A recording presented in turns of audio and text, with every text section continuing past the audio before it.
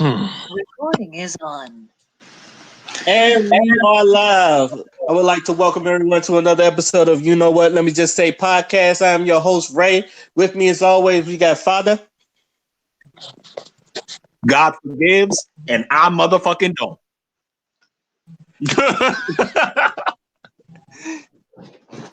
We have Shining Wolf.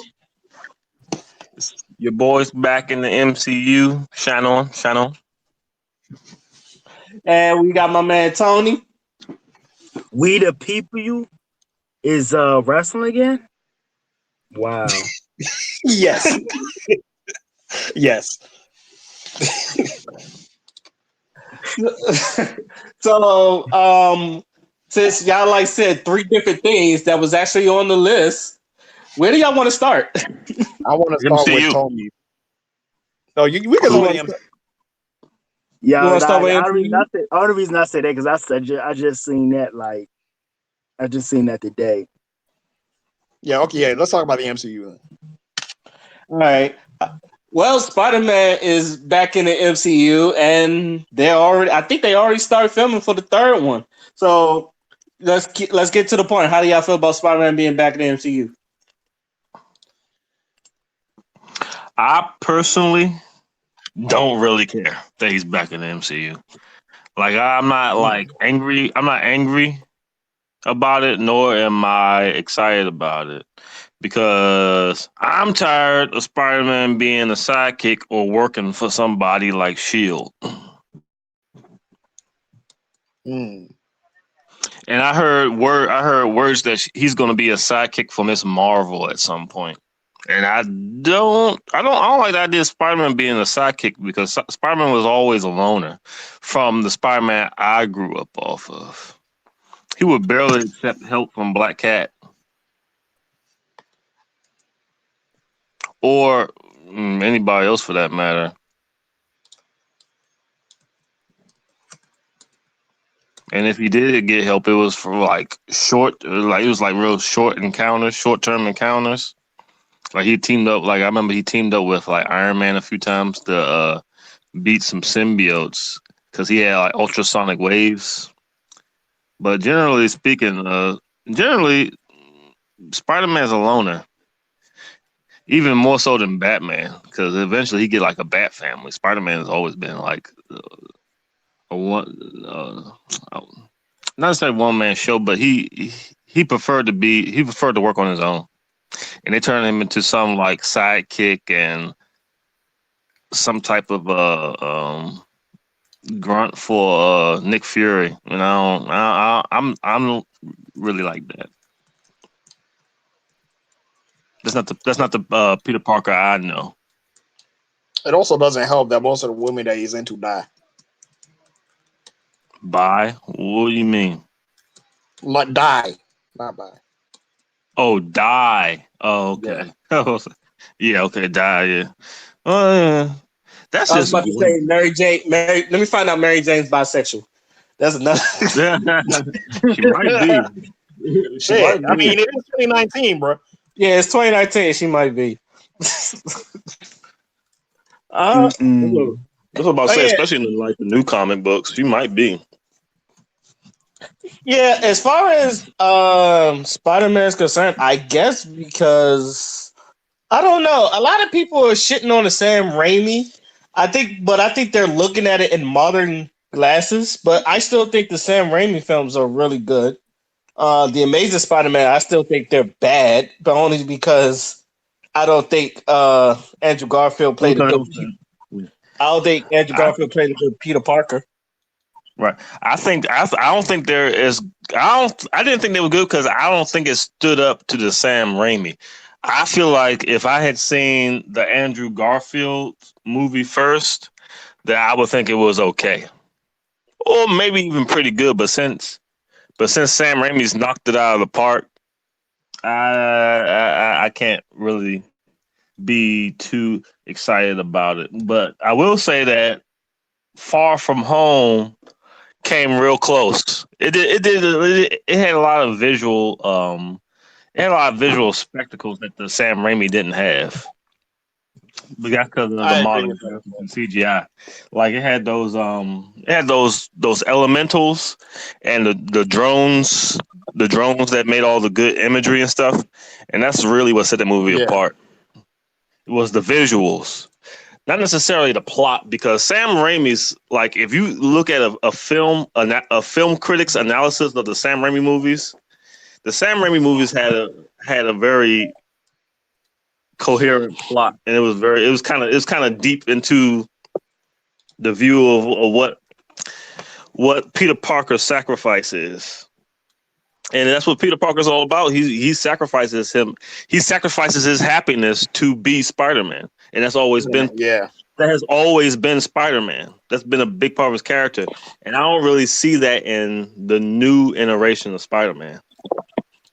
I mean, to a degree, I do, because he wants to be with Mary Jane, but Spider-Man's getting in his way. But I Sam mean, in the Raimi, first movie, he wanted to be like he wanted to be like a normal teenager at one point. He just wanted shit to stop. yeah, that's what I was about to say. But the first Sam Raimi, he suffers a lot more than he do on this one. On this one, he just want to be with Mary Jane, or a girl go to the prom or some shit. With the other one, Yeah, his livelihood and his relationship and a whole bunch of other shit is online. Even in the PS4 game, he can't really do his science thing with Dr. Octavius like he wants to, because the Spider-Man stuff is getting in the way of that too.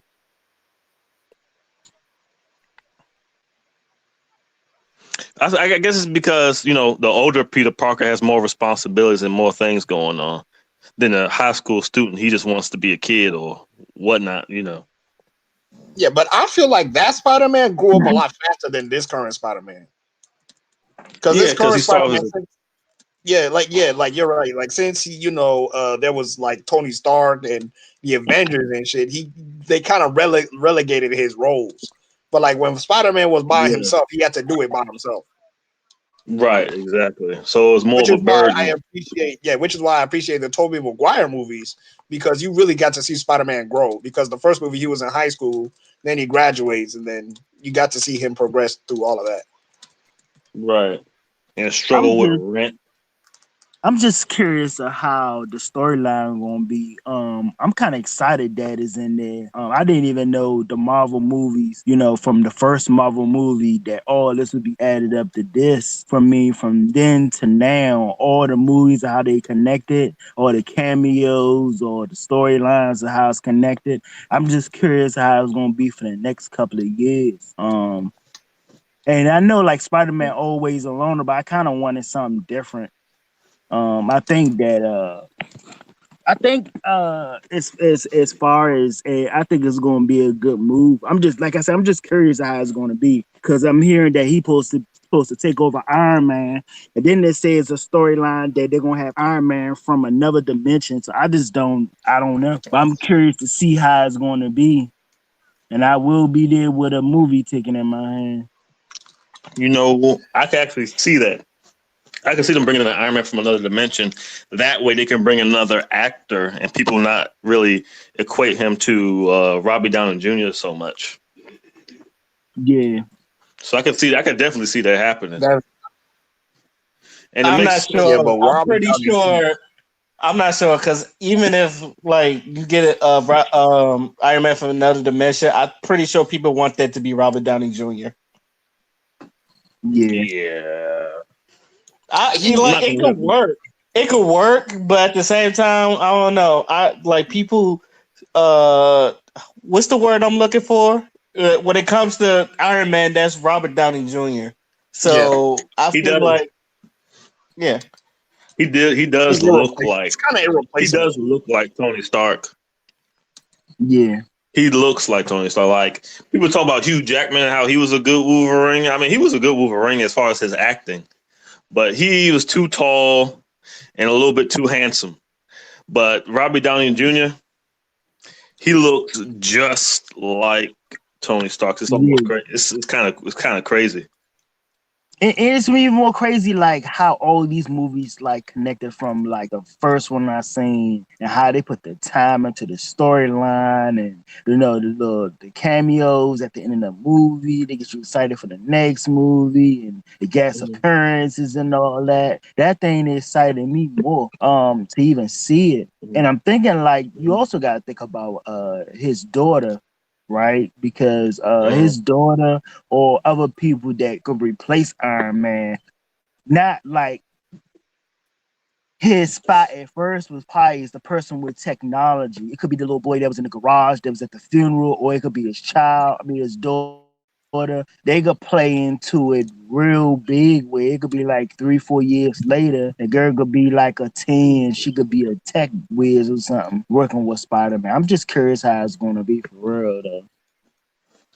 Yeah, it's gonna be Virgin Cap, but they talking about diversifying the Marvel MCU a lot. So I see it Yeah, if they do replace Iron if they do make another Iron Man, it's probably gonna be Riri or something yeah, because they're very vocal and verbal about them swapping out genders and races and stuff like that. So I yeah. don't really see it being. I based off of that information, I don't really see it being the daughter or that boy. Mm. I mean, it could be the daughter. I mean, that's more likely than the boy, though. He may come in as a guest appearance or something like that, or being part of the storyline too. Maybe, yeah, possibly. He could Yeah, definitely but be a part. And that's the thing about it. It's like you don't know until you see it. It's just like Yeah, we don't even know the storyline for the new. I mean, I don't know the storyline for the new Black Panther. An old boy that played in Rocky, he said they may bring his character back. So I just don't know, but I'm yeah. excited to find out. And they trying to keep lips so the story won't come out, so people won't guess what it is, what's going on all these years with all these Avengers movies. It's kind of good because usually people will spoil it on the internet. Yep. They sure will. If they got the information, they'll spoil it for you. Oh yeah, yeah, yeah. I heard Namor's going to be in Black Panther too. I don't know who? how true You it said is. who? Namor, he's like a Aquaman, but Marvel. Oh, Name oh, more the yeah. Submariner.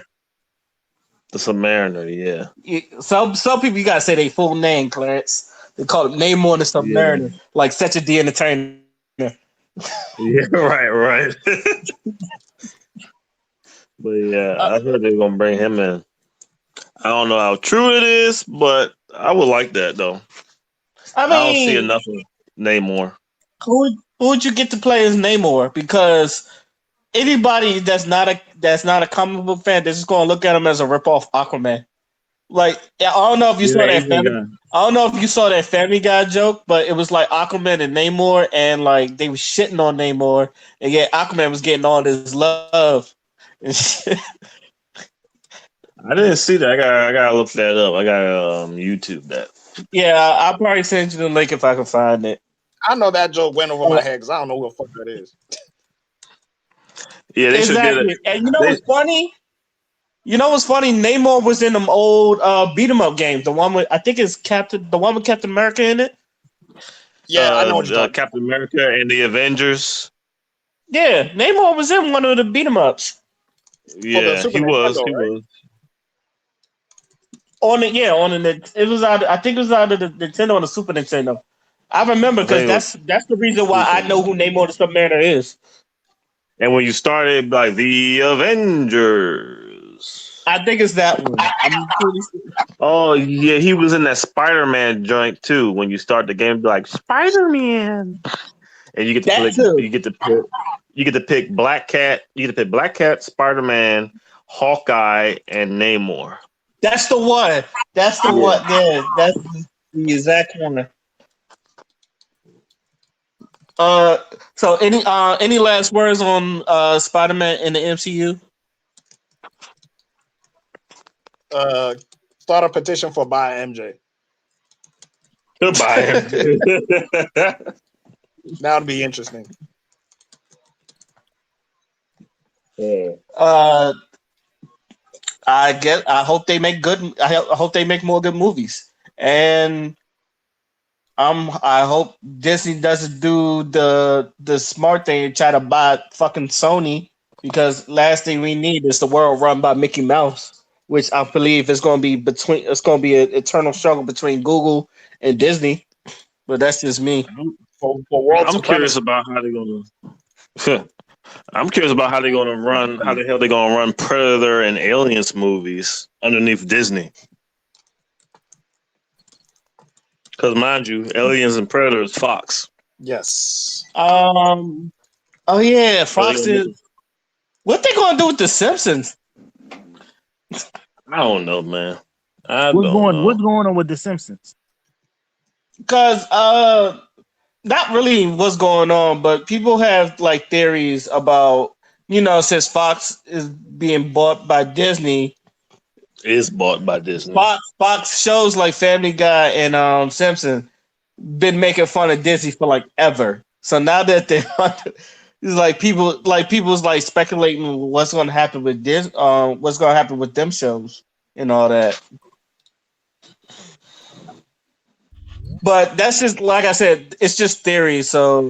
Um, Yeah, it's probably not going to be something we won't worry about probably for like the next 5 years. But on to the next subject. Um, Wednesday nights, now we have NXT and we have AEW. And from what I've seen, AEW beat NXT in the ratings, which I expect it to happen, really. So I end up catching the highlights, not the live show. I end up watching NXT later. So what did y'all think of the shows? Okay. So here's my thing. Watching both of them was great because, like, if one of them was on a commercial, then the other one was, going on, and also the wrestling on both shows was on point. But I give the wrestling to NXT because those matches. First of all, that Adam Cole Matt Riddle match, bruh, that was a good ass match. And then they had Io Shirai versus Mia Yim. And I love seeing those two grow like on a weekly basis. Like every time I see Io Shirai, especially with his new heel gimmick, and then I see Mia Yim, who's always been great. You know what I'm saying? Like these two, they can always wrestle their asses off, and I like that about them. So watching that, and then going back to AEW, and then watching shit like Cody Rhodes and the dude he was wrestling. I forgot his name, but that was a pretty good match, a pretty good segment. Sammy got there. Yeah, him. And and first of all, Chris Jericho is carrying AEW. Let's be honest here. Chris Jericho as the first champion was like the most genius move they could have ever done. It's obvious that he's very smart when it comes to like being like just being in the show in general, whether he's a face or a heel. Like the man can do everything. Yeah. So the fact that he was on the show for that amount of time, it really made the show more enjoyable because who doesn't love heel Chris Jericho? That's like the most vindictive motherfucker in the entire world.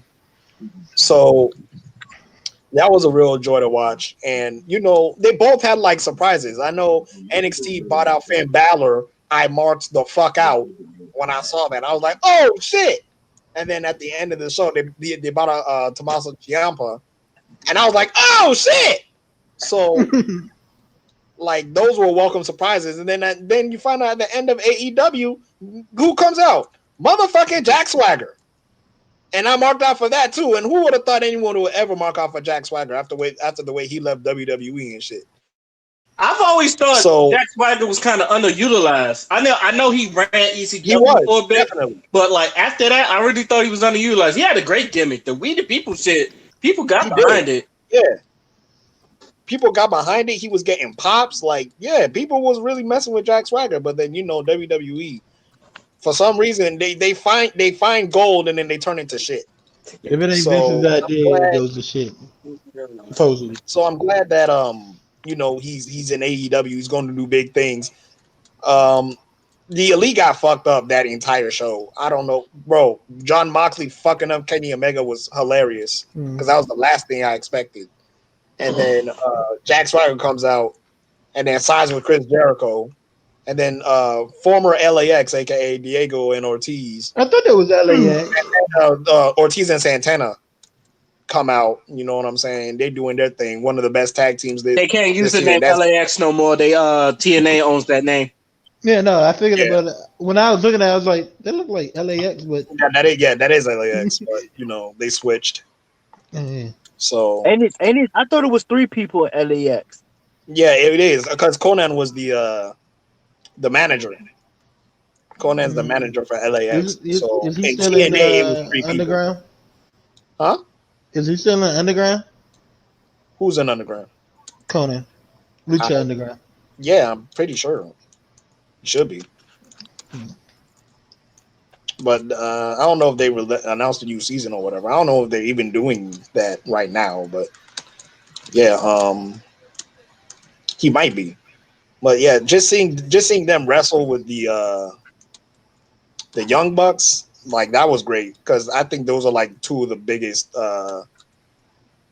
tag teams apart from them and Pentagon Junior and Phoenix. Those 2, like I think AEW has a really really fucking cool tag team division, which is a shame because WWE has really good tag teams too. NXT has great tag teams, Mm, but I just feel like AEW right now is a place to be if you're a tag team wrestler. And yeah, but for the most part, I enjoyed both shows. I think both shows really bought their A game. Of course, AEW was going to win the ratings because that's like their first show. And yeah. but you know, as time goes on, they're really going to start to bring the quality. So it's a really good time to be a wrestling fan.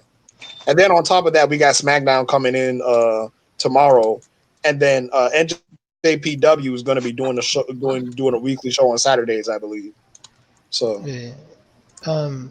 Supposedly Fox spent over $4 billion to get the TV rights to SmackDown. 4 billion. Wait a minute. Yeah, that's the rumor. Is supposedly they spent like 4 billion, over 4 billion.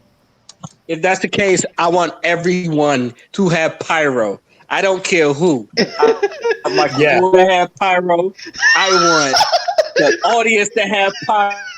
I want Jerry the King Lawler to have pyro. Nobody should. I want the Everybody. I mean, Make it look like WrestleMania every day. Wow. Y'all heard about CM Punk signing? So see, that's why I heard in that interview. So he's not signed with WWE through WWE. Signed with Fox. He's signing through Fox, which I thought in the beginning when it was like, oh, because like listen to Punk over the years since he's been gone, man has no intention of wrestling again. But as they say WWE, never say never. But yeah, it was his agents like Fox, because Fox trying to make it seem like a sport, just the same thing AEW doing. Yeah. Which I think is pretty cool that Fox wants to do that. Because that show, so Renee Young on Tuesday night, her, CM Punk, and somebody else is supposed to be doing, they're supposed to be doing more of those little shows like, them analyst shows and Yeah. in them kickback shows. Yeah. In the, I mean, not kickback. What is it? Flashback. Like recap. analysis shows, like them little analysis. Yeah. Recaps. Like, yeah. Recaps. Like Sports Center. You mean like WWE now? No, like the ones more. We're talking about like Sports Center. Yeah, more stuff like Sports Center and probably stuff like. Yeah, I think it's called WWE now. It's on the WWE network or whatever that shit was called. Yeah. It's like what the ones that some random white host was like giving them nicknames for Booker T, and Booker T looking at him like he was gonna kill him. Booker T look like everybody like he gonna kill him. I know, but he really looked like he's about to murder dude. Which is hilarious. What was it? Tony, what you think? Nah, I'm excited. Mm-hmm. I'm excited about it Friday. It gives you a choice to look at different type of wrestling when you gotta be stuck on one. Mm-hmm. Like, And because Raw, they be going up and down. But I know that that Bray Wyatt. Oh my gosh, that thing. Mhm. I was looking to Jameson about an episode. Uh, about an episode, and I don't know if you remember, but you know when the Titantron start getting all screwed and they start being on repeat and stuff. Yeah, Y'all remember that? Mhm. that was Yeah. like So two what I raws. did That is was that like my two raws ago. yeah. So what it was is that my wife she used to look at wrestling, but she said she stopped looking after CM Punk left, right? So I just showed her the story how Bray Wyatt came to be, and I showed her that video. She was like, "No, that is the devil. That is real scary. What is WWE doing?" She Yo, stepped my away. sister was the same way. Say, yo, she did the old movie. She started looking at me. She made steps backwards real slow. Like I was like, yo, this show is crazy. And crazy thing about it, I put that as my ringtone. That little intro thing he did. But that thing is good, man. Real good. Sure. What was it? What was he debuted at? Night of Champions? When he No, debuted at Night of Champions? SummerSlam thing. SummerSlam? When he debuted at Hey, what's up, man? SummerSlam? My sister watched that and she was like, when she saw him coming out with the head, with the lantern with Bray Wyatt's head on there, she Yes, said, yes. that ain't nothing but the devil. She said, why do you like this? This is scary. And I still I don't said, get the you don't like. people. Go ahead. No, go ahead. I'm done. I was gonna say I don't get the people who telling me Bray Wyatt is still and boring. Like, what are you watching? Like, I just don't get it. And I get people in different things, but shit, I just don't know what you're watching. You know, people tell me they didn't think AEW wasn't that good. I can understand it's different pace. You used to that AE pace, which you're gonna have to get over. But That's a stupid excuse too. I'm used to WWE's pace. That's the dumbest shit I ever no, heard. I'm just saying that that's the excuse I'm giving to him. I ain't saying this. By the way, I do want to say this. I know a lot of people getting on Jim Ross and his commentary. He's like he's not keeping up with the pace of the wrestlers and all that other stuff. While watching that, he was fine. Mm-mm. I'm pretty sure like he hasn't been on the commentary table for a while, so he's probably just getting back into the swing of things. And let's be. I do want to give him a break because his wife died, and he Yeah. do want to work, so he's probably really focused on the work. But at the same time, he hasn't really commentated that much since New Japan. And I know New Japan, they although they wrestle, they tell stories a lot. And I know a lot of AEW is a lot of flippy shit. So, or at least I call it flippy shit. I don't have a problem with it, but but yeah, Yeah, it Jim was just Ross. good. When I was watching, yeah, when I It was was watching good. Jim It was Ross, he good was just to hear fine. his voice. Yeah, It was just good to hear his voice. His voice is just like, yo, when he talking, he's doing the commentary. It made you feel ease. It's just like, yo, yeah, it just seemed right. it did. Rather than having that chick talk all the time and say the same stuff over and over Renee again. Young. Yeah, Speaking of, what do y'all think of that new the new Raw announcers? It's gonna take me a while. Yeah. yeah. I hate Because Babyface the Jerry the King Law. It's just me. I hate No, Babyface no, no. King. Me too. I can't stand Babyface King. He's a lot more yeah, but funny. Jerry can't. Oh, you Ed.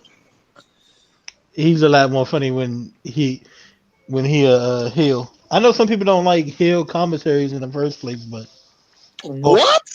there are people who don't. If they don't, they never seen Bobby Heenan. Bobby Heenan is classic. No, Corey They never Graves seen is Paul fucking Heyman. classic. Paul Heyman was fucking Oh, hilarious as a heel commentator. oh my God, no. Paul I think they Heyman just was. don't. They don't like the concept of commentators being heel or face or whatever. But the dynamic between face and heel commentators is what makes the show watchable. Y'all don't remember Taz and Michael I was Cole? about, yeah. Yeah. Shut up, Cole. Shut up. Wham, wham, wham. Somebody call him a wambulance. Heel JBL was great. I love Hill JBL. Heel I don't care what anybody's saying. He may be a dick in real life, but as a Hill commentator, he did his job. He did Yo, his job. honestly, I thought one day somebody was gonna punch him in the face. I thought a tongue was gonna punch that man in the face when he mentioned Jennifer Hudson when they were still together. Oh, bro, JBL gave no fucks. J- Nah, he don't. he gave no fuck. That shit was hilarious. People. It's like I said. There's too many undesirables, bro. Hmm. Everybody don't like what you. I got a friend who don't. I'm gonna miss Tom Phillips though, because Yeah. I think Tom Phillips is a great announcer. I like Yeah. as far as him, I can listen to him all the time. But and what's his name? Da Vinci. I don't know the dude. He's not bad, but I like Tom Phillips better. But he's not bad either. Nah, he's not bad. I think he just needs somebody better. What is with all the black commentaries being awful? Except for Percy Watson was getting better, but he decided to leave. Black commentator, come on, man. We're not gonna sit here and pretend like Booker T ain't the GOAT. I don't care what nobody says. Shucky, shucky, quack, quack. I don't care what Quack quack. nobody says. It's gonna be on like a stinging cracker pot of neck bones, dog. Come on. I just, When Michael Cole said he suffered from anal bleeding, Booker T, what? y'all like it. I don't know. Booker T gave me like I fight for somebody for talking about Booker T on commentary. Anytime I see him, it's a happy day. I got a friend who don't like Corey Graves, and I love Corey. He's like, I don't like Who Corey. the fuck hates Corey Grant? Oh my god. There's a lot of people. Phil, I don't. Phil, who are these people that you're finding? Somebody in that wrestling group, and this person I know in real life. Shoot them. Yeah, shoot them. Everybody in that wrestling. First of all, with the exception of a couple of them, everybody complains in that group. Oh, everybody complains about everything. Even the people who get mad about other people complain about. They couldn't talk to me then because I'd hurt their feelings. I'm surprised you can call them nothing in there. It's like That's why I'm never in there because like a lot of them motherfuckers in there is dumb. Oh yeah, they be saying dumb shit. They're fucking stupid. Oh yeah, like I think the one I saw that I didn't want to comment to it, but it did kind of piss me off. You ever seen those like the 9? It's like 9 people, and it said thank you for your contribution every time. And the person in the middle, Yeah. you'd be like, not you. Well, So this one was like all the SmackDown Live champions, and it's like thank you for giving us great title reigns, and in the middle was Kofi Kingston's like not you. I'm like, first Hey, of all, his title reign. go ahead. His title reign is better than more than 70% of that list. I need to find it because I didn't like. Even though I was rooting for Jinder, his title reign was horrible. Bray Wyatt didn't even get one. Poor guy. That's not even his fault. But he didn't even get one. He had the championship for 2 weeks, maybe a week, then lost it. Who else was on that list? Randy Orton was it? Randy Orton, because that's who beat him at the WrestleMania. Yeah. Whatever. I mean, I don't even remember it. I forgot he had. It was AJ. AJ was on there twice. Was Sheamus on there? No, Sheamus was the Universal. Sheamus was the Universal. It was annoying. John Cena was on there, and he didn't have it for that long either because he lost it to Bray Wyatt. It was a stupid as meme. But I think first of all, Kofi probably has the best reign going on at the whole SmackDown Live period out of everyone. Kofi has probably had the best reign. He has looked strong, and even like he doesn't face like strong people like Samoa Joe, Randy Orton. Like he's faced good wrestlers. Like I'm hoping he still retained for Brock Lesnar, but let's not like act like Kofi has not had a good title run. I'm very impressed by his title run. I think they forget some of the ones the defenses he didn't even have on TV, like the one against the triple threat against Sami Zayn and AJ Styles. People forget about that match. But Daniel Bryan's reigns was really good too, especially when he bought out that. That shit was. How did I forget? How did I forget that? Does he beat Kofi? But yeah, Daniel Bryan reign was great too. But Daniel Bryan is just great overall. Daniel Bryan, like that, he's a national treasure to WWE, in my opinion. Well, all That these man, people going over to AEW, I don't think they letting people go too soon. They're gonna be. Mm. I don't think any more people go on there. They got because I think they're trying to like put up their homegrown people, and I think they're trying to not be like TNA, like take all the WWE's old Mm. people and like try to make a show about that. I mean, so, like what's his name? Adam Page. I like him, but he loses a lot. But I always thought. But then again, I'm a fan of Neville or Pac. So anytime I see Pac win, it's good for me. But I don't know. I think it's going to be a good Wednesday Night War. I will say this: NXT going to have to start developing stories. Though I love this wrestling, and like they've been these past 3 weeks, they've been putting on classic matches. They need to start telling stories because if that's the case, they might lose some of their Where you fans been, to Greg? Where you been at? I don't know because I've been watching for the past couple months. I think some stories there, but I do remember that. for the past couple of months. Did you say the past couple of months? Yeah, I've been watching, and I'm talking about on USA. On USA, it's been match after match after match. Now I don't have a problem with that, but on the like they need to start telling stories on USA. I know on the WWE network they told stories. I'm paying attention to that, but on USA, I'm saying they need to start telling stories because these past 3 weeks it's been match after match after match. Don't they have a show? Don't they have mm, it where they have matches on USA and on the app? I mean, on the app thing. yeah, They had to do that for Suits or whatever show that was on USA. I think it was Suits because they were trying to finish off that 2-part finale and all that. That's the only reason it went to USA at the first hour, and the second hour it went to the network. mm, Other than that, I think it's going to be 2 hours on USA, and then probably you'll see it on the network later on. yeah, I think you can. I think it's the next day. I could be wrong. Yeah, Matter of fact, I got my app right here. But yeah, it was on. I mean, they do it on Hulu.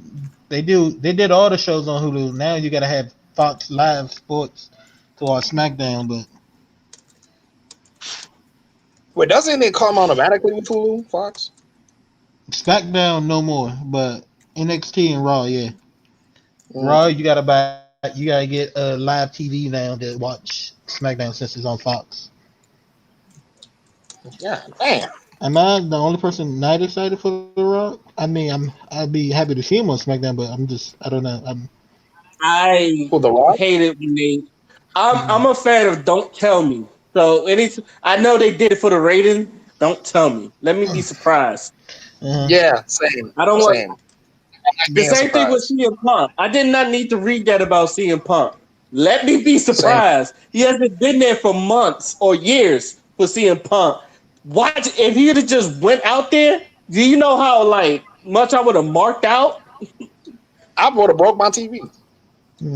I'd have broke like when like this is why I love the Royal Rumble because I get to see wrestlers I ain't seen for years. When I saw Bubba Ray Dudley like walk out in the Royal Rumble, I marked the fuck out.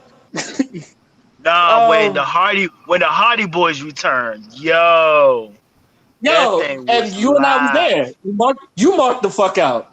Yeah, when they showed up, I was like, wow. That was a great markout moment. Not when. Nah, if Ray can tell you this, when AJ first came in that first Royal Rumble in like 2017, that was it. I'm on out so hard my laptop turned off.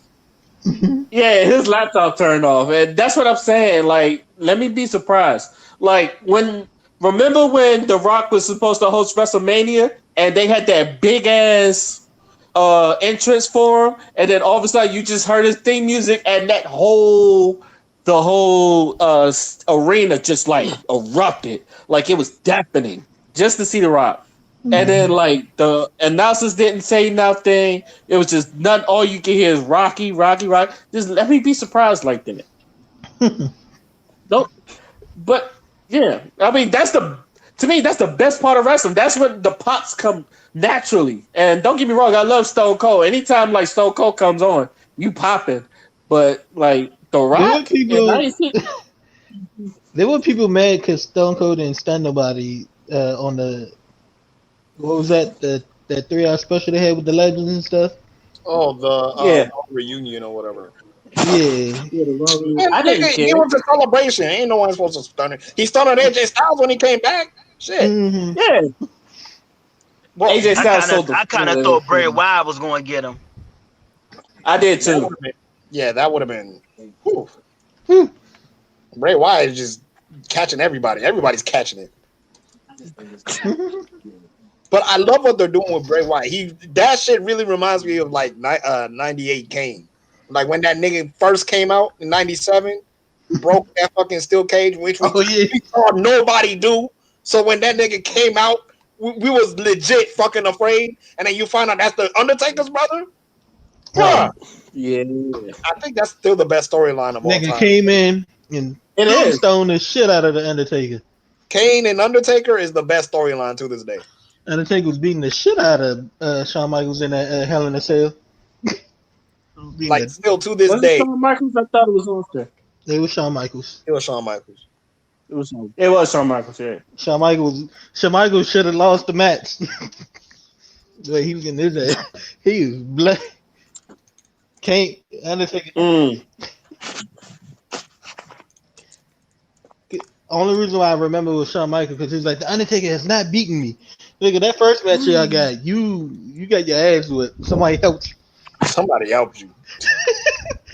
Nah, you know what? One of the things I really hate nowadays is seeing these non-wrestling fans. I seen that somebody made a status today because it was a name your favorite superstar. And he was like, yeah, we gotta go back to the Dead AF, like that, not that fake Dead AE stuff. What? Yeah, I know, right? I'm like, you idiot. It's the same company. Nah, that is different. Nah, I don't know. You don't know what you're talking about. Or We need to make stupid being illegal. We need to make being stupid illegal. over there. All right. Any last words on AEW, NXT, or WWE in general? Any last words on I'm that? tired of these damn non-wrestling fans commenting on shit. That's what I'm tired of. And Keep also, telling shout out you. to at JPW. We haven't forgotten you. I still haven't forgotten TNA. I still love y'all, but right now, woo, it's a great year Big to be a time. wrestling fan right now. Yeah, I said the like I same was thing. saying earlier, man. Like y'all want to be surprised, but I kind of think they just want more viewership for SmackDown. That's why they're trying to announce It's more on the about depth WWE now. slot. It's definitely on what they call the depth slot. Friday night prime time. Yeah, prime time on Friday. That's usually when TV shows when they flop, they put them on Friday before they get canceled. Except for Because most cartoons. people are out on a Friday night too, so it's like Yeah, so All right. So where? Okay, now this is where it gets good. What do y'all want to start? The girl that lied about getting her dress cut off, or y'all want to talk about Amber Geiger? let's talk Mm. about the dreads. Okay. Let's talk about the dreads. All right. So basically, if anyone know, there's a young 12-year-old girl, actually out of Fairfax County, Yeah, that get told my back. her grandmother that three white boys done jumped her and then cut her dreads off and called her nappy and all this names. It was big news, and then come to find out it was a lie. So how do you fellas feel about that? Um, I really wish she didn't do it because now it feels the people out there that say black people are always making stuff up. And that BS that we making stuff up. We making racism in places that don't belong. That's what I'm upset about. I mean, I do feel like she need to learn her lesson somehow, some way, but I also don't know what really else was going on. They said she lied. Maybe I don't know. Maybe she was tired of them boys and wanted somewhere to get them. I don't know. That's not an excuse to lie though, but I just hate that now these racists and these white supremacists and the general ignorant people who really doubt racism exists have more fuel to the fire. I think. Well, no, I don't think. But there is a part of me that alleges that it might have been forced. Mhm. Really? With Do Yes, the tell. her Unpack that coming out feeling. saying that it Yeah, was a That I lie. thought. heard about that. I heard about that. Go hold ahead. Her on, coming hold on. out saying that it was a lie because and there's two reasons why. Because Fairfax County, first of all, when I was in school in Fairfax County, it was pretty diverse. Like we had white kids, we had black kids, we had Middle Eastern kids. It's pretty diverse. Mm-hmm. So for a white kid, so for three white kids to be that racist, you know what I'm saying? It's a little bit weird. And number two, like the school district, like during in the time that we're in right now, that could be just justification for them to clean up their image or make sure certain things isn't put out there in the media and shit, so they don't so they can have a good look. Because I think Fairfax County is still the biggest Virginia county, and then second is like Prince William. It could be reversed. I got to look that up again, but I just don't see why she would lie about something like that in the first place, because that's something that's pretty traumatizing. You know what I mean? That's not Mm-hmm. something you're going to forget if that does happen. So why would she say that it was a lie if she came out and said that that's what they did? It just seems weird. Well, I think she could do it for maybe revenge, something that might have happened between the two kids, argument or something like that. She could do it for. That's the only reason I can really think about it. I was gonna say for attention, but that's. I mean, sometimes people do the most for the littlest things, but I think she did it because maybe those boys got on her nerves, or whoever was it that cut her hair. I think they got on her nerves or something in some way, and she might have wanted revenge or to get them in trouble or something. I don't know. I can't be too It sure. just sounds like one of those. There's not enough information to Yeah, go around it type yeah. things. So I But have a theory myself. Now that I was telling people, I have a theory myself. I don't think it has to do with the white boys at all. I think she don't want her dreads. you think so? I mean, I that's think possible. because I would say this, and I'm not making fun of the child when I say this. I'm looking at her, and she's 12. She's probably going through puberty, and she kind of looks tomboyish, right, with the dreads. I'm pretty sure, like once or twice in her life, she's probably been mistaken for a little boy. And when you go through puberty, your body starts changing. You probably want to look more feminine and all that other stuff. And her dreads are very freeform. They're not like real dressed up. They're really, really free form. And I think she really just like at one point resented them and probably tried to cut them. And then maybe when her grandparents see it, they make her cut the whole thing so probably she can start fresh. Oh, yeah, you right. You right because I actually knew a kid that actually did that. Like they cut their own hair and then said that somebody in school did it because they didn't want to get in trouble with their parents. Yeah, I remember something like that happened in elementary school when I was growing up. See, and like this, like I know when I was younger, I wanted cornrows, so I wanted to grow my hair because cornrows was in, and then like when I got to middle school, dreads was in, and I would try to like not get my hair cut. I would try to not get my hair cut, so I got my hair long enough for dreads. And obviously, it didn't go that way. My mom took me to the barber shop anyway, because everybody in both my mother and my father and my grandparents, they was all like, you need to cut that boy hair. You know how older people was like, they look at you, you need to cut that boy hair. So I never really got dresses. Like the closest I got was like plaits. Y'all know what plaits was. Mm-hmm. And that's the Didn't closest. you have those little? Didn't you have those little Sean little what they call them the little mini lock thingies? plaits. There's box braids, individuals. I had those. Then the closest things I had. Um, Yeah. and I look at her. I'm pretty sure she didn't mean for it to go this far. I'm sure that her parents. She didn't even think her parents would probably think of it as a big deal. But when you look at it, her grandmother got dreads, and I think someone else in her family has dreads.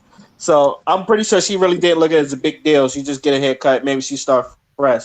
When it got real big, where people are having the eyes on this, and it makes the school look bad, I think now she's like, "Oh snap! I ain't really think it would get this big." So now I really got to tell the truth. So this is kind of like what happens when a little white lie gets really big. And then now, y'all theories, it could happen. I'm not throwing that out either because like there's been a couple times where people like really was messing with somebody, but to save face of the school, they have to tell them like you lied and to get more money to the school and tell people this is a great place where all diversity and all that other stuff. I'm not throwing that out either, but the I when I look at this, I didn't look at this as a race thing. I more look at this as her growing up and probably not one of her dreads. Mm. Actually, like I said, I could definitely see that because I know somebody who did something similar to what you're proposing when I was a kid in elementary school. Now, I just hope that nobody's really hard on her. Like you could like I feel like she needs to be talked to, but like she doesn't really need to be looked at as like this big ass liar because like yes she lied, but like you could just learn from this and then just tell her don't lie again. Yeah, she a Now, child. There's no need to go too hard on her about it. I yeah. just I Now just I'm not hope gonna that lie. Go ahead, Tony. I just think that I don't hope that a lot of racist white people, they always think that one black person if one black person do one thing, all black people like that. I don't want them to think, what's they probably still gonna do anyway. They're gonna think that now that one black person say something like this, oh, he's lying just like the girl with the plastic did, and it just Mhm. spread like that. Yeah, shit. Generalizations.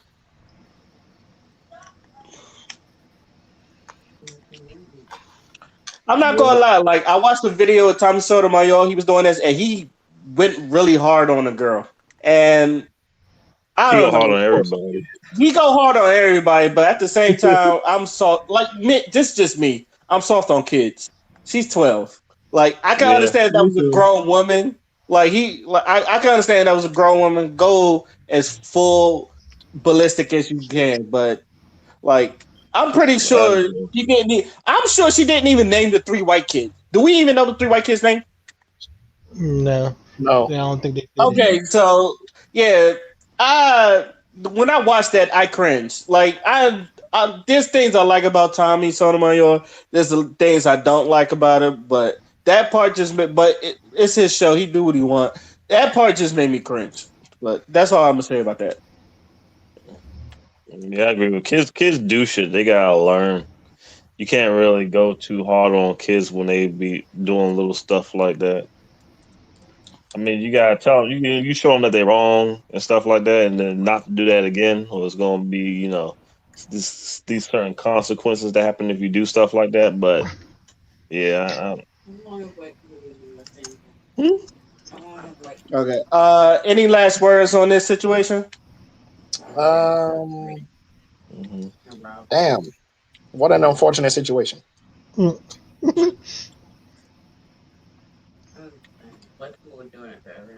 I ain't got no. Uh, okay. Don't in the future, anybody watching this, don't cry wolf because the next time something really happened to you, y'all know Hey, the story of the boy who cried wolf. One of hey, us do it. All Don't of us. yeah. Mm. And two, yeah, just because one person mhm. do it doesn't mean everybody does it. So don't, as But father they would can't say, talk don't put though. us all in the monolith. But they can't talk though because white women cry wolf all the time. Yes. And let's talk about it. Yes, and everybody Let's believe get him to too. it. Everybody believe him too. Oh, here we But go. yeah, especially on the Thank you brothers, for the they claw wolf on the brothers all the time. But I I'm actually wrong. thank have a you for the relative that they cried transition. wolf on, and they hung him.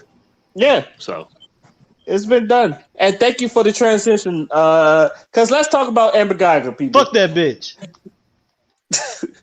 There you go. oh yeah, that does segue right into that, doesn't See, it segues right into that.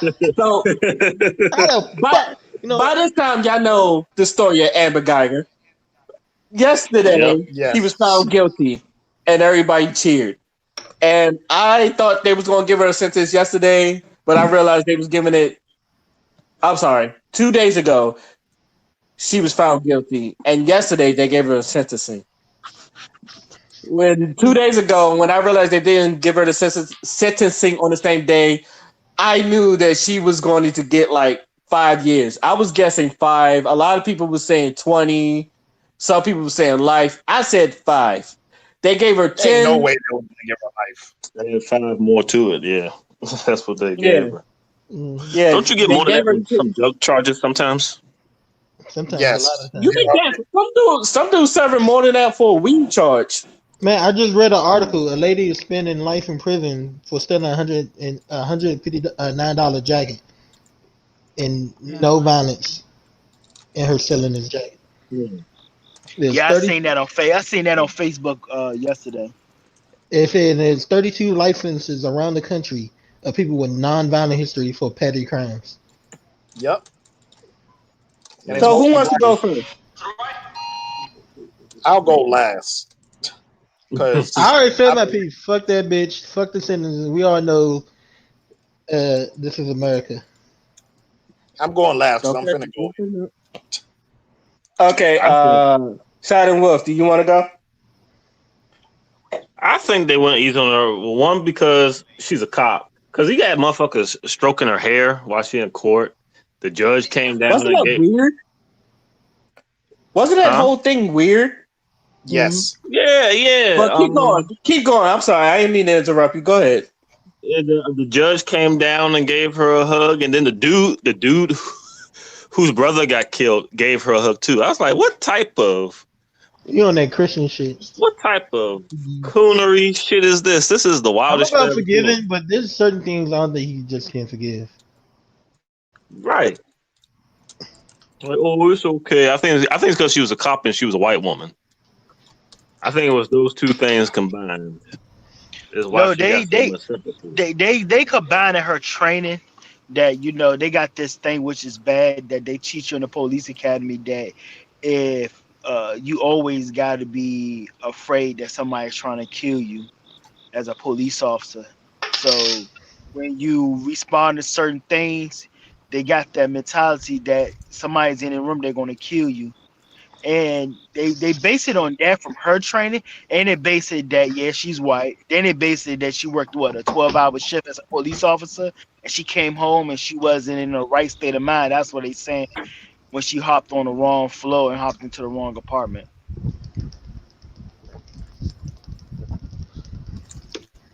Tony, we have done full blown deployments.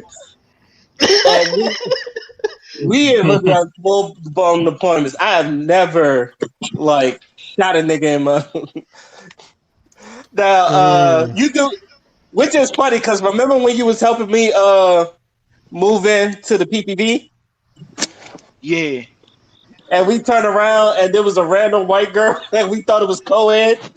yeah. That girl didn't shoot us, so why the fuck did she? No, no, no. I'm not giving them an excuse. That's what they saying right Oh no, now. I know That's you're why. not. That's they say because she worked a long shift. She worked a long shift. She worked 13 hours that day, and that she's a police officer. And depending on her training, that if somebody's in her, if somebody is that she feels she would shoot. But a lot of people thinking like, why you ain't shoot the wound? If it had been a white person, you wouldn't have said that. And you know, white people got this image that if you see 3 or 5 black people, you always have that fear. Three or You know what I'm five. saying? 3 or 5, nigga, is one. It can be Yeah, five, that's and what they got fed. I'm just saying. Period. You know, when you walking down the street, you see a couple of black dudes. A white girl always want to clench her purse. Oh, maybe she wants some black dick. That'd be something different. But No, she that's she fetishizing. always clenched her. That's She was just fetishizing. always clenched. I don't You like. said what now? That's fetishizing. If she wants some black, then she might be fetishizing me. She want to breed black or that whatever that dumb ass shit they say. Yeah. But that's the thing about it. It's just they always feel that. Being in the military, you know, you always have you deal with white people. Always feel you. You know, when we hit port, they always think the black people be doing a lot of hood stuff.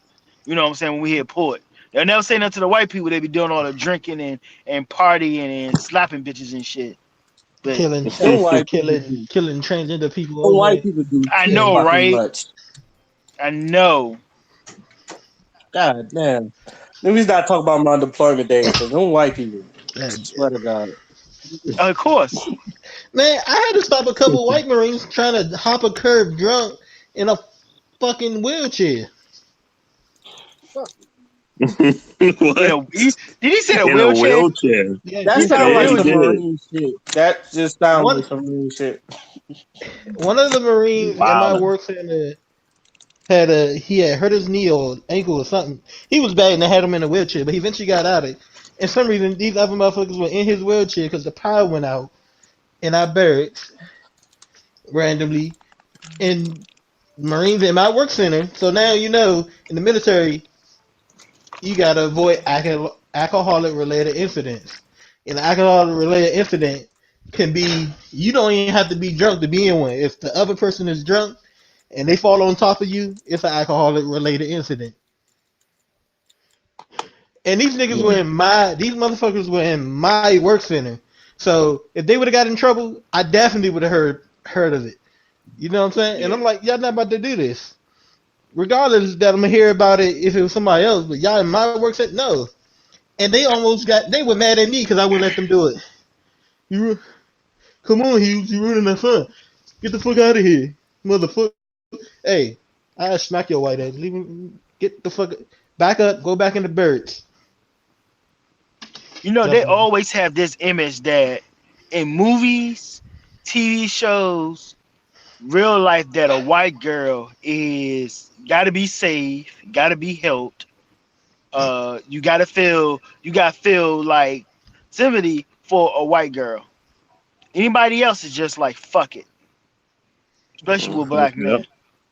Fuck White girl them. always the white main girl. She be the one that people in love with. Always kill the person. Always at the end of the movie, survive. You know what I'm saying?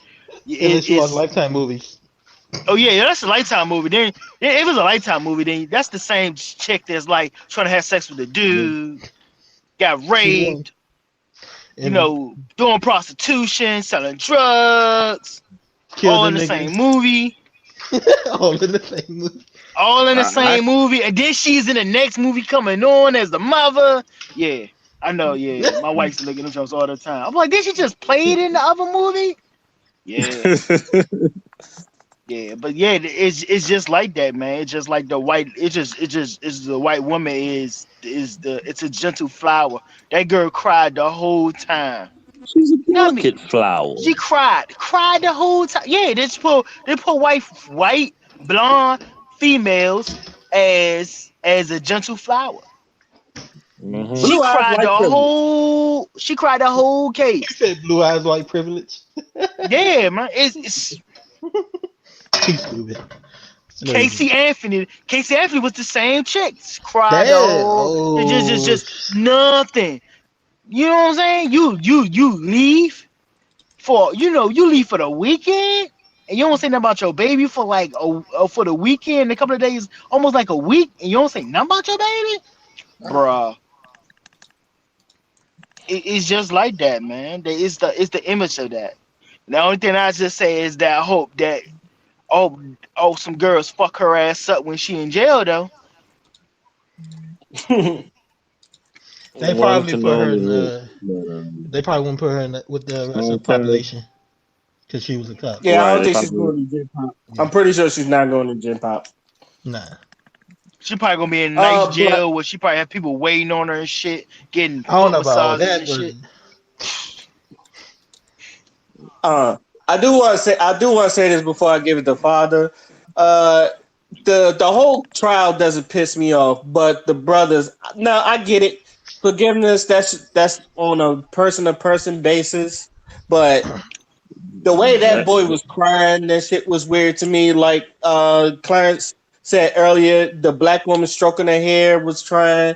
The black judge uh, giving her a hug was kind of weird to me. All like this whole shit was just weird, she got slammed for that and too, though, by her I'm colleague. pretty sure you know what?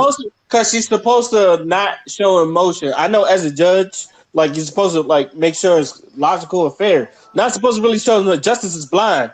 So you're really not supposed to, show emotion. That's why this is a statue of a woman with a fucking blindfold on it. It's with the fucking balancing beam. So that whole Yeah. shit bothered me the most. Like I said, I knew they was gonna give her like 5 or some shit. Me and my father was arguing. It's like she ain't gonna do nothing less than 20. I was like, they may give her 5. That's not fun. That's like fun. Like we've been here before. You've seen it. I've seen it. We've been here before. They'll give her 5. Yo, they Uh, gonna give her. She got They gave him a 10. little bit They more than you was expecting, though. they yeah, gave her. they But They gave gave still her not 10. 10 enough. years. They gave her 10 years. They probably gonna give her 7 out good behavior. She gonna come out and she's gonna come out with a movie. And then she gonna get rich. She gonna Yeah, come out with a what movie. you Man, talking about? that be some bullshit. Her crying. Oh, The fuck other yeah. part, the other When part she get a that movie, I'm done with society. She oh, gonna it's come gonna out with a happen. movie. Everything that happened in society like that, Monica Lewinsky, all that stuff, everything came out with a movie. Did OJ get a movie? OJ got a Yes, movie. He got the TV series. he got a Oh, couple okay, of them. cool. That's true. OJ That's got a He true. got couple. the That's book true. deal. He got the book deal. If I killed her, if I did it, that was the name of the book. Then he came out with a TV series. Then he came out with a documentary. Then he came out with a movie. Mm. I think he was selling Also, gloves too. nah, but Yeah, he did. He was. that was Yeah. something I wish he would have done. I said if I was OJ, if I would have want white people to hate me, I would went sell some gloves and then one of them be bloody red. I, That's petty. that'd have been my idea. I mean, yo, just go full throttle. I'm pretty sure black people will buy it too. Just depends on white people. But I think another part that pissed me off is that she could have got off if they would have gave her the stand your ground law, and she wasn't even in her own house. So how do you give It another person wasn't stand that your ground state, law? not No, state your ground, castle doctrine or doctrine. yeah, Castle. yeah, Castle. What's that? So basically, if anybody, you have the right to defend yourself, including lethal. If somebody comes near your property, be it a car or your house, but it wasn't her Mm. house, so I don't know how that works there. Right. She went to somebody else's house. That's fucked up. And they was going to give her that, and that was to me. If she would have got off of that, I'd have bust out laughing. Like sometimes, like shit like this with the I'm not gonna lie, with the Trayvon murder, I was pissed, but I like laughed it. I laughed at it. I was so angry, I laughed at it because I knew this shit was gonna happen. This would have been the same thing, and y'all would have heard pro Black Ray, and I don't like bringing out pro Black Ray because Sugarfoot, he, huh? To me, Sugar, Sugarfoot. this is worse than the Not Trayvon Sweet Martin Sugarfoot. thing. No, Though. pro Black. Nah, Sweet Sugarfoot Jackson. That's just a parody. But pro I Black know, Ray, I know. he's like I'm just being around. pro Black. I call pro Black Ray. He's like Gohan when he fought Cell and he went in and had that rage. I don't like going there. I, I I don't like going there. So that's all I really got to say. I'm pretty sure Father has more to enlighten on it. So the floor is yours, Father. Well, let me tell you something. Yesterday, I couldn't even speak since the sentencing. Like, I could barely even speak. My mood has been sour. I had to go to work today, and I was sour from the day I woke up, from the time I woke up to me being at the physical location at where I work at. And then when I got back home, I got a ride from my coworker. I got back home and I was still like upset. I had to spend the whole day trying to woo-saw myself from like not fucking exploding because of how just angry I was at this sentencing. And there was two things that made me mad, right? Mm-hmm. First thing, of course, is that goddamn coon getting up and hugging that bitch in the fucking courtroom talking about, I forgives you. I forgives you, Lord Jesus. No, no. They got me the worst too. And the second thing that made me mad were the people that were defending the shit. Yeah, forgiveness is for him. He doesn't want to carry that hatred in his heart. He shouldn't have to carry his brother's death in his heart either. Both of them, John, should not have died. I don't think people realize that. That brother should still be alive. That man was eating ice cream in his home. And for you to say that I thought it was my house, no, That's why I feel like it. that shit is crazy to me. You are a cop. You were trained to de-escalate situations. But because you wanted some dick and you was on the phone, you couldn't even use the discretion to see that this wasn't your place. So then you go in there, you shoot the brother twice. He dies because you don't do CPR or nothing. And then right after he dies and they confirm he's dead and the cops clean up the area, you get on the phone and you still talking to homeboy. What kind of shit? So that really shows me that you weren't sincere. So when you were sitting there crying them fake crocodile ass tears about how you wish it was you, that's also bullshit. Because if it was you, both them John would have probably gotten life for killing a fucking white woman. Yep. Y'all are like fucking America's sweetheart in this bitch. Y'all use y'all tears and y'all privilege. White woman's tears has killed a lot of black men. The tears of white women have killed a lot of black men. The lies of white women have killed a lot of black men. It killed black children too. Emmett Till. So it almost, and I'm pretty sure that little brother, that little 9-year-old, what's her name? Theresa May or whatever. That woman that said that 9-year-old touched her butt and was trying to call sexual assault. If it was back in the 1950s, they would have lynched that little boy. So the fact that she had all this fucking time to try to get her lie right, I have so many problems with that. And then this nigga gonna get up on the stand talking about I forgive you. And then the father is gonna be up in the stand talking about I would like to be your friend at some point. I wish a motherfucker would What? say that shit. Yes. He Mm-hmm. Yes. said Yes, that? he Father actually, come up yes, he there. actually said that. And they asked him why. He was like, "It's the Christian way," which I need people to stop leaning on. Oh.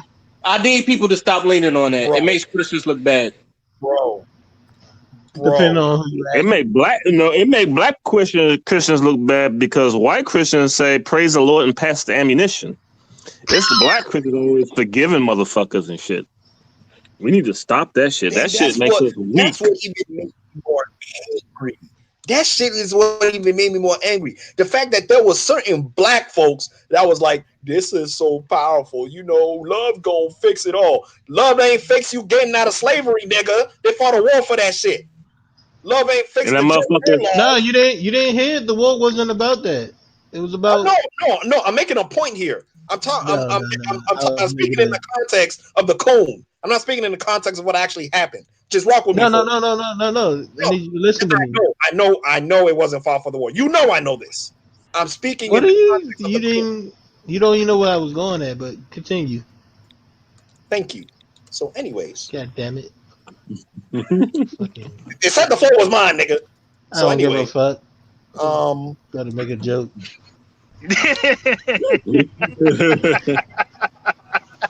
All right, let him finish. Let him finish. Let him finish. I even forgot what I was about to say. I lost my train of thought. Shit. Fuck. Oh yeah. So as I was saying, that whole loving shit didn't get you out of slavery. That whole loving shit didn't get you out of Jim Crow. That whole loving shit didn't stop your son from being killed out here in these streets. You sitting there want to love up on white folks. I don't give a fuck about you, and then you want to say it's the Christian way. What sane person would justify their son being killed because they're a Christian? That's not normal. That's That's sick. not human. What kind of shit is that? What kind of precedent are you setting for your kids? Talking about, oh, well, we just forgive, everything will be good. Love is like, no, absolutely not. That's not. That's not really. That's not even thinking in reality. At that point, you're no better than being off at the plantation, which is why Harriet Tubman had to kill them coon asses when she was freeing the slaves. She had to kill the coons. When the Haitian Revolution was going on, the very first thing they did, even right after the ceremony that they did, they killed the motherfucking coons. If you was going to be against us in any way, your ass was gone. Ain't no rectifying, ain't no talking. If you side with the oppressor with your coon ass, you was getting killed. If ands no buts about it. So for this nigga to get up there and forgive her, even if it was something that was personal, there's certain things you do not forgive. There's just certain things you just do not forgive. The Christian Bible, the Bible that they like to, use to, justify that. Okay, let's use that as an example because I'm pretty sure there's a lot of examples of God carrying out justice when his people were wronged. Did God not put the plagues on Egypt when there was, acting up with his people? That's what he did. Sodom and Gomorrah gone. I mean, I know this is all Old Testament, of course. They're gonna say, yeah, but the New Testament, these are the very same people that when they said Jesus Christ, when he died on the cross, he said, Lord, forgive them for they not know what they did. Amber Geiger knew what she did.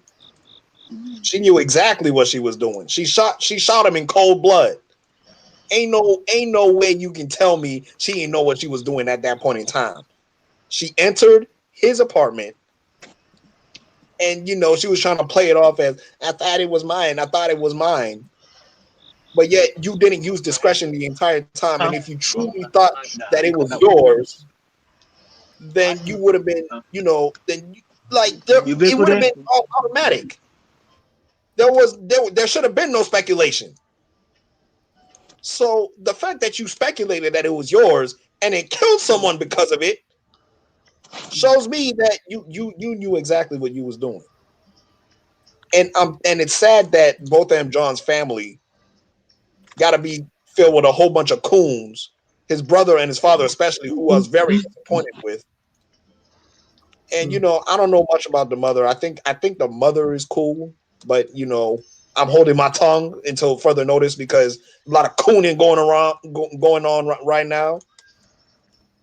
And there was so many people just really trying to push that whole, forgiveness is going to save a lot of people's lives. It's not for him, it's not for us to judge. And to that, I say to them, let it be your son that gets killed. Let it be your brother that gets killed. And let's see if you keep that same energy. It's so easy for you to say forgiveness is what this world needs when it's not your people out here getting killed. It's so easy for you to just sit there and just be like, oh my God, he's so strong. That could never be me. Of course, it can never be you because that's not normal. I don't care who the hell you are. As black folks, we not just supposed to sit here forgiving white people because they done did shit to us. Because that's how shit always happens to us. We forgave them for slavery. What happened? Chain gangs, industrial complex. Negroes wanted to forgive for Jim Crow. What happened? Police brutality. Niggas still getting killed in the streets. Disparaging, like they still economic destabilize you and all that shit. And then your image in the media gets distorted, and and white women clutching their purses when they see a nigga, all because your ass want to be forgiving and not look at shit based on reality, based on history, based on context, based on precedent. If you forgive, if a motherfucker turn the other cheek getting smacked 9 times out of 10. You know what I'm saying? They say an eye for the eye makes the world go blind. Eye, nigga, but at least you can't take any more eyes out. And I can't take any more eyes out. They said that, oh, but love is the answer to hate. No, the fuck it's not. I ain't never seen somebody love their enemies to the point where they stop oppressing them. Name me one people that they love so much they stopped oppressing them. Black people, certain black folks have loved white people for so long, yet they still killing your kids and not giving you money when you need it. And then you gonna sit there and tell me, well, we just need to love each other. No, the fuck we don't. We're past the point of loving. We're past the point of forgiveness. And I think, and I believe that we really need to like hammer that down. We are past the point of forgiveness. You've been forgiving these folks for decades. What the fuck do you have to show for it? Absolutely nothing except for a coon ass fucking judge and a coon and these coon ass other niggas that want to sit there and spout the Christian way when that was force fed to you during slavery. Nat Turner died for that. And Nat Turner, if you ask me, he's a national hero. That man is a national hero for what he did. He saw the lies and he tried to liberate his people. That's heroism. They skinned his ass alive and turned his skin into lamps because of what he did. Because he was that thorough. So when you come to me talking about, well, we just need to forgive everybody, really ask yourself, what would you do if it was you in that situation? Really ask yourself that, because if you are still that Negro that when your son gets killed, you sitting there hugging up on your murderer, we don't need you. As a matter of fact, that shows me that you didn't even really care about your child. If he can get killed and you can just hug his murderer that easily, that shit right there, bruh. And people, and like I said, people trying to defend it. I've had so many arguments with people on Twitter trying to tell me I'm evil and I'm all this because I'm not so forgiving when it comes to people getting killed and walking away from it. That's not evil. What is evil is you not setting a precedent and allowing other people to just kill whoever, and then you gonna sit there and forgive them because it's the Christian way. If that's the Christian way, I reject it. If that is the Christian way, I reject it because I want to set a precedent that this is not going to happen willy nilly. This is not going to be a normal thing. This is never going to happen again. If you try this again, you will be met with deadly force because we're trying to protect our people here. We're trying to protect our children. If you can't protect your child, what use are you as a parent? If you sit there and you can't fucking protect your child, and wish that the person that killed your child is punished through the full extent of y'all, what use are you? What is your usefulness in this world? If you are a sibling, what is your usefulness?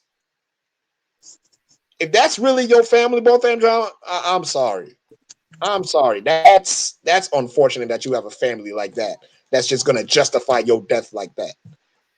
Hugging, they're probably gonna invite her for Thanksgiving dinner when she's out of fucking jail with they coon asses. And it's so sad to see because we gotta eat that as black society. We gotta eat that shit because these niggas done forgave her. Now niggas now they're gonna be looking at us as the moral compass, which isn't fair. You'll be looking at us like, well, bro, black people, y'all just supposed to forgive because y'all been through a lot, and it doesn't make sense for y'all to be so hateful when hate has been done to you. That's plenty reason for us to be hateful. That's plenty reason. I think Malcolm X said it. The Christian Bible was very effective in the sense that it made black people not want to rebel. It made black people not want to fucking tear down this motherfucking country. It made black people not want to revolt. That is very powerful. That's a very powerful statement. James Baldwin said to be black and to be remotely to be conscious is to be in a state of constant rage. I paraphrase that, but the message still stands. So in conclusion to this, outpouring of my rage and my hostility towards this situation, we as black folks, we need to have a purge. This shows me that we really actually need to have a motherfucking purge. We need to get rid of our coons. And I'm not saying we need to kill them, but if it comes to that, we can't be scared to do that. Because I am sick and tired of this narrative that black people is just supposed to be so forgiving, and then when we forgive them, the shit happens again, and we forgive them, the shit happens again. Niggas want to forgive them, the shit happens again. The fucking people in that Charleston church that got shot up, all the 9 victims, their family came up and started forgiving Dylan Roof, and Dylan Roof looking at him like, what the fuck is wrong with y'all? Y'all are fucking stupid. I ain't do this because I wanted forgiveness. I did this because I hate you niggers. And then y'all want to sit there and forgive because it's the Christian thing to do. Christianity is another set of chains in the black community. Yes, sir. It is another form of slavery. It is another form of chains in this community. And today really showed me it. And this is someone I consider myself a Christian, but the morals and values I stand about, I'm also based on reality. I'm going to protect my people no matter what. I'm going to protect my family no matter what. If someone killed one of mine, I'm not sitting there forgiving nobody. What is that? What is that going to do for me? What is forgiveness going to do for me? Oh, it's going to make me have a tender heart. My heart shouldn't have been broken in the first motherfucking place. My brother should still be alive. How about that? Instead of me wanting to forgive a motherfucker, how about my brother shouldn't have been killed in the first motherfucking place? But no one wants to talk about that though, because when a black person gets killed in this country, it's just another black person. It's just another Negro. We'll get over it. But then when white folks out here getting killed in white on white crime and all that shit, it's a national travesty. When a white kid commits suicide, it's a national travesty. But when a black kid gets killed because he's stuck in a economic deprived area, and there ain't no jobs and nothing, and people really trying to make a way, and he just happens to be a victim of his circumstance, nobody wants to say shit. But yet a white kid can shoot up a school, and then there's march for our lives. Fuck on my face. The black community has to, not the black community like in a whole, but we really got to look at ourselves. We need a purge, and we really got to set the precedent that if you come to our community with this bullshit, if you come to our community, kill one of our brothers, you know what I'm saying? There's going to be certain black people that's not going to be so forgiving, and it's going to, it may not come to blood, but if it has to come to blood, that's just what we're going to have to do, because you reap what you sow. And I'm a big proponent of keeping that same energy. And because black people haven't really done a good job of keeping that same energy, that's what we need to be on now. The time to forgive is over. It's been over. It's been over. But yeah, we still got Negroes that are still stuck in that fucking Christian plantation. Still got Negroes stuck in the Democratic plantation. They always want to love everybody, love everybody, love everybody. They want to love the very same people that will sell their heart in a heartbeat, sell them out, kill them off, disparage them, put them on the front line so they can be the fucking bullet shields. These are the very same people that you claim that we're supposed to love and we're supposed to just have a camaraderie with, and they don't even like your fucking black ass. Sure don't. But hey, They'll defend any group. They'll defend any group that that certain parties will tell them to defend. But these same groups don't give a shit about black people. They don't even really like black people. Fuck, and they never will give a fuck because of shit like that. Because of shit like what both them, John's brother did and what both them John's father did in the motherfucking courtroom, and that judge, her coon ass too. Because of that shit, that's why black people don't get respect in this country. We're too busy being coons instead of being for self. When you for self, when you don't forgive, people respect that. It's about respect at the end of the day. Bro, if that shit happened to a Mexican guy, the Mexican community is gonna want that ass for life. They want that life sentence, nigga. Ain't no fucking forgiving. Do that shit to a Muslim and see what the fuck they gonna do to you. Do that shit to a Chinese person.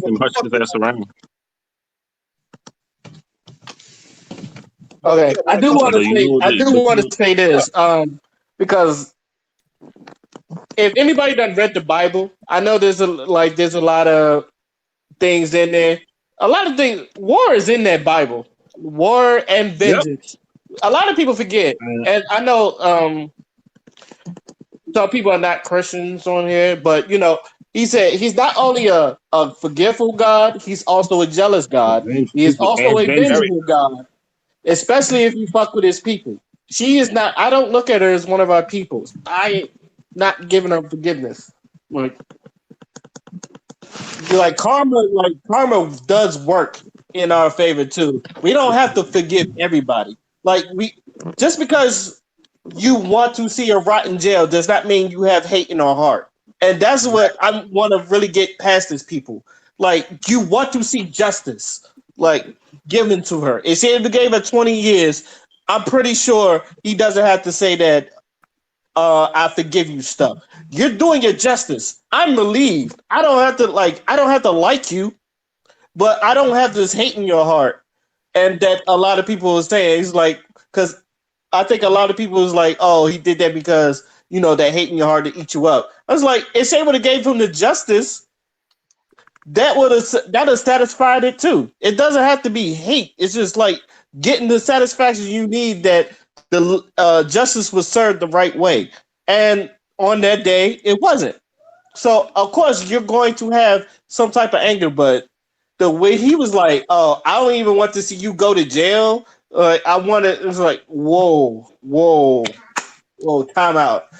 That Like your was brother. like the other shit. Yeah, I'm like, bruh, chill, bruh. You gotta, that like I said, y'all done said most of it. Me, I get angry trying to. bro. Yeah, you know what it was, Ray? This was like watching When They See Us All Over Again. Oh yes. That's Oh yeah. that's actually how angry I got. Like I could feel it in my soul. Like I could feel my blood was boiling seeing that shit. That that right there. I don't know if you can even call it anything. I don't think there's a word for how fucking backwards that is.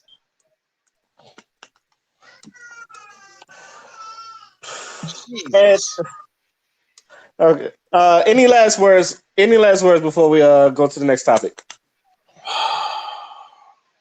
We need a purge. We need a purge. I'm gonna say this. It's an old saying. People don't only respect you as much as you respect yourself. If you let shit like this, if you constantly let shit like this pass and forgive people for shit like for serious shit like this, then ain't nobody ever gonna respect you because you apparently don't respect yourself enough to stand up or be angry when you're done wrong. And this is why a lot of black people, other groups see black people as nothing and weak because of shit like this. It just goes to show that at the very end of the day, there's just certain things you don't forgive. That's normal. Yeah.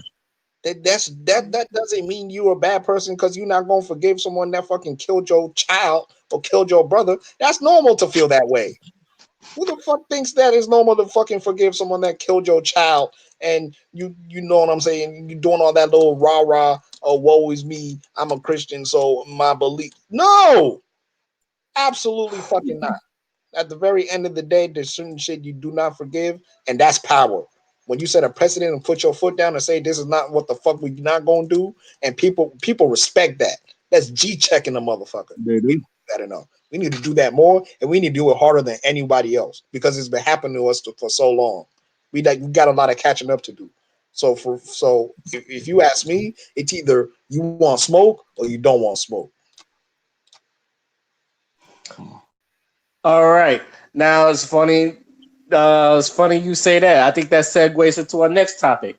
As men, and me and Clarence, we've been talking about this since we was like teenagers. I know, Father, you and me, we have these couple conversations. I don't have a conversation with men about how this generation is, and and in your video that you showed me, you did. If I'm and not to paraphrase, I mean not to misquote you, but you did profess this question that I thought it'd be good to talk on the show. Is are we satisfied with how the way the media treats us or how basically society treats men in this generation? Am I on the money, would you say? Yeah, so like my question was like, as men, are we satisfied with the image that manhood has, in society, in the in the general view. Like when somebody says the word man or manhood, and the first thought from a lot of people is usually negative. Are we satisfied with that? Not at all. Okay, and that's good.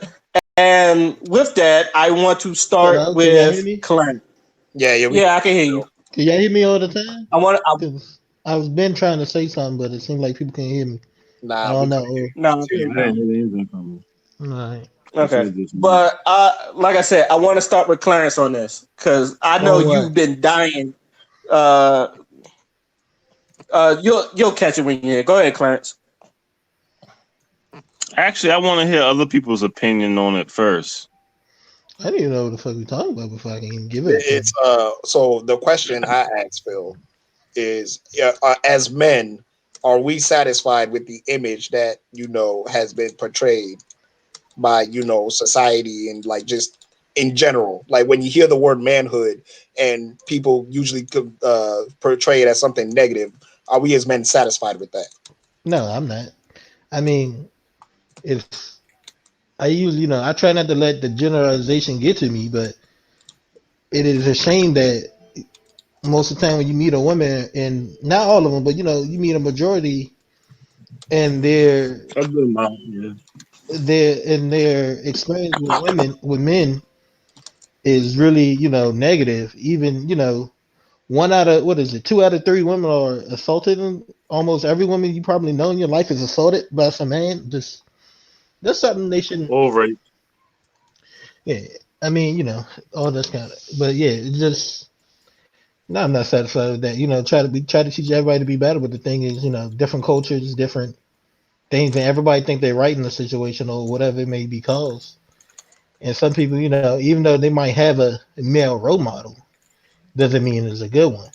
And I remember from a DJ Light interview with Michael John White, my man had his father, but when he said he looked back at it, his father wasn't that good of a role model.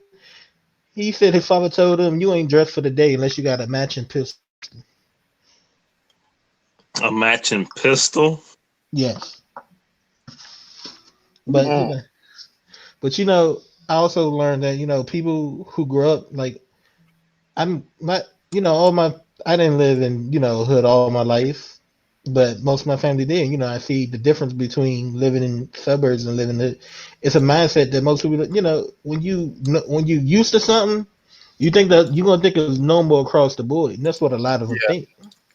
And that's why I was trying to tell people. They be like, "Oh, some of these people don't want to do better." No, they just think there's no better out there because they don't think they can do better or want to do better because they don't think there's one out there. But there's a lot who there's a few who do. Or I was looking at that Bompton Noisy, what is it? Bompton Noisy, little noisy interview on Vice with Kendrick Lamar and his boys from around there. And one of the ladies they interviewed, and they said every person she ever, most of the people she ever met in the hood, really want default, what they would call non-hood aspirations, owning a house, getting their kids to college. There's a lot out there, but everybody don't got rightful representation of themselves to see that they can do it, or and to go back to the man thing, we just need more people understanding. We need to check each other more. You don't have to do it in public, depending on what the circumstance is. But there's a lot of people, Wallace mentioned the self thing. Yeah, you can be about self, but you still gotta be for others too. And some people don't understand it. Some people are just about self preservation. I remember getting an argument with one dude because my female friend cussed him out about the little McDonald's thing. He's like, I'm not about to protect no woman that I don't know.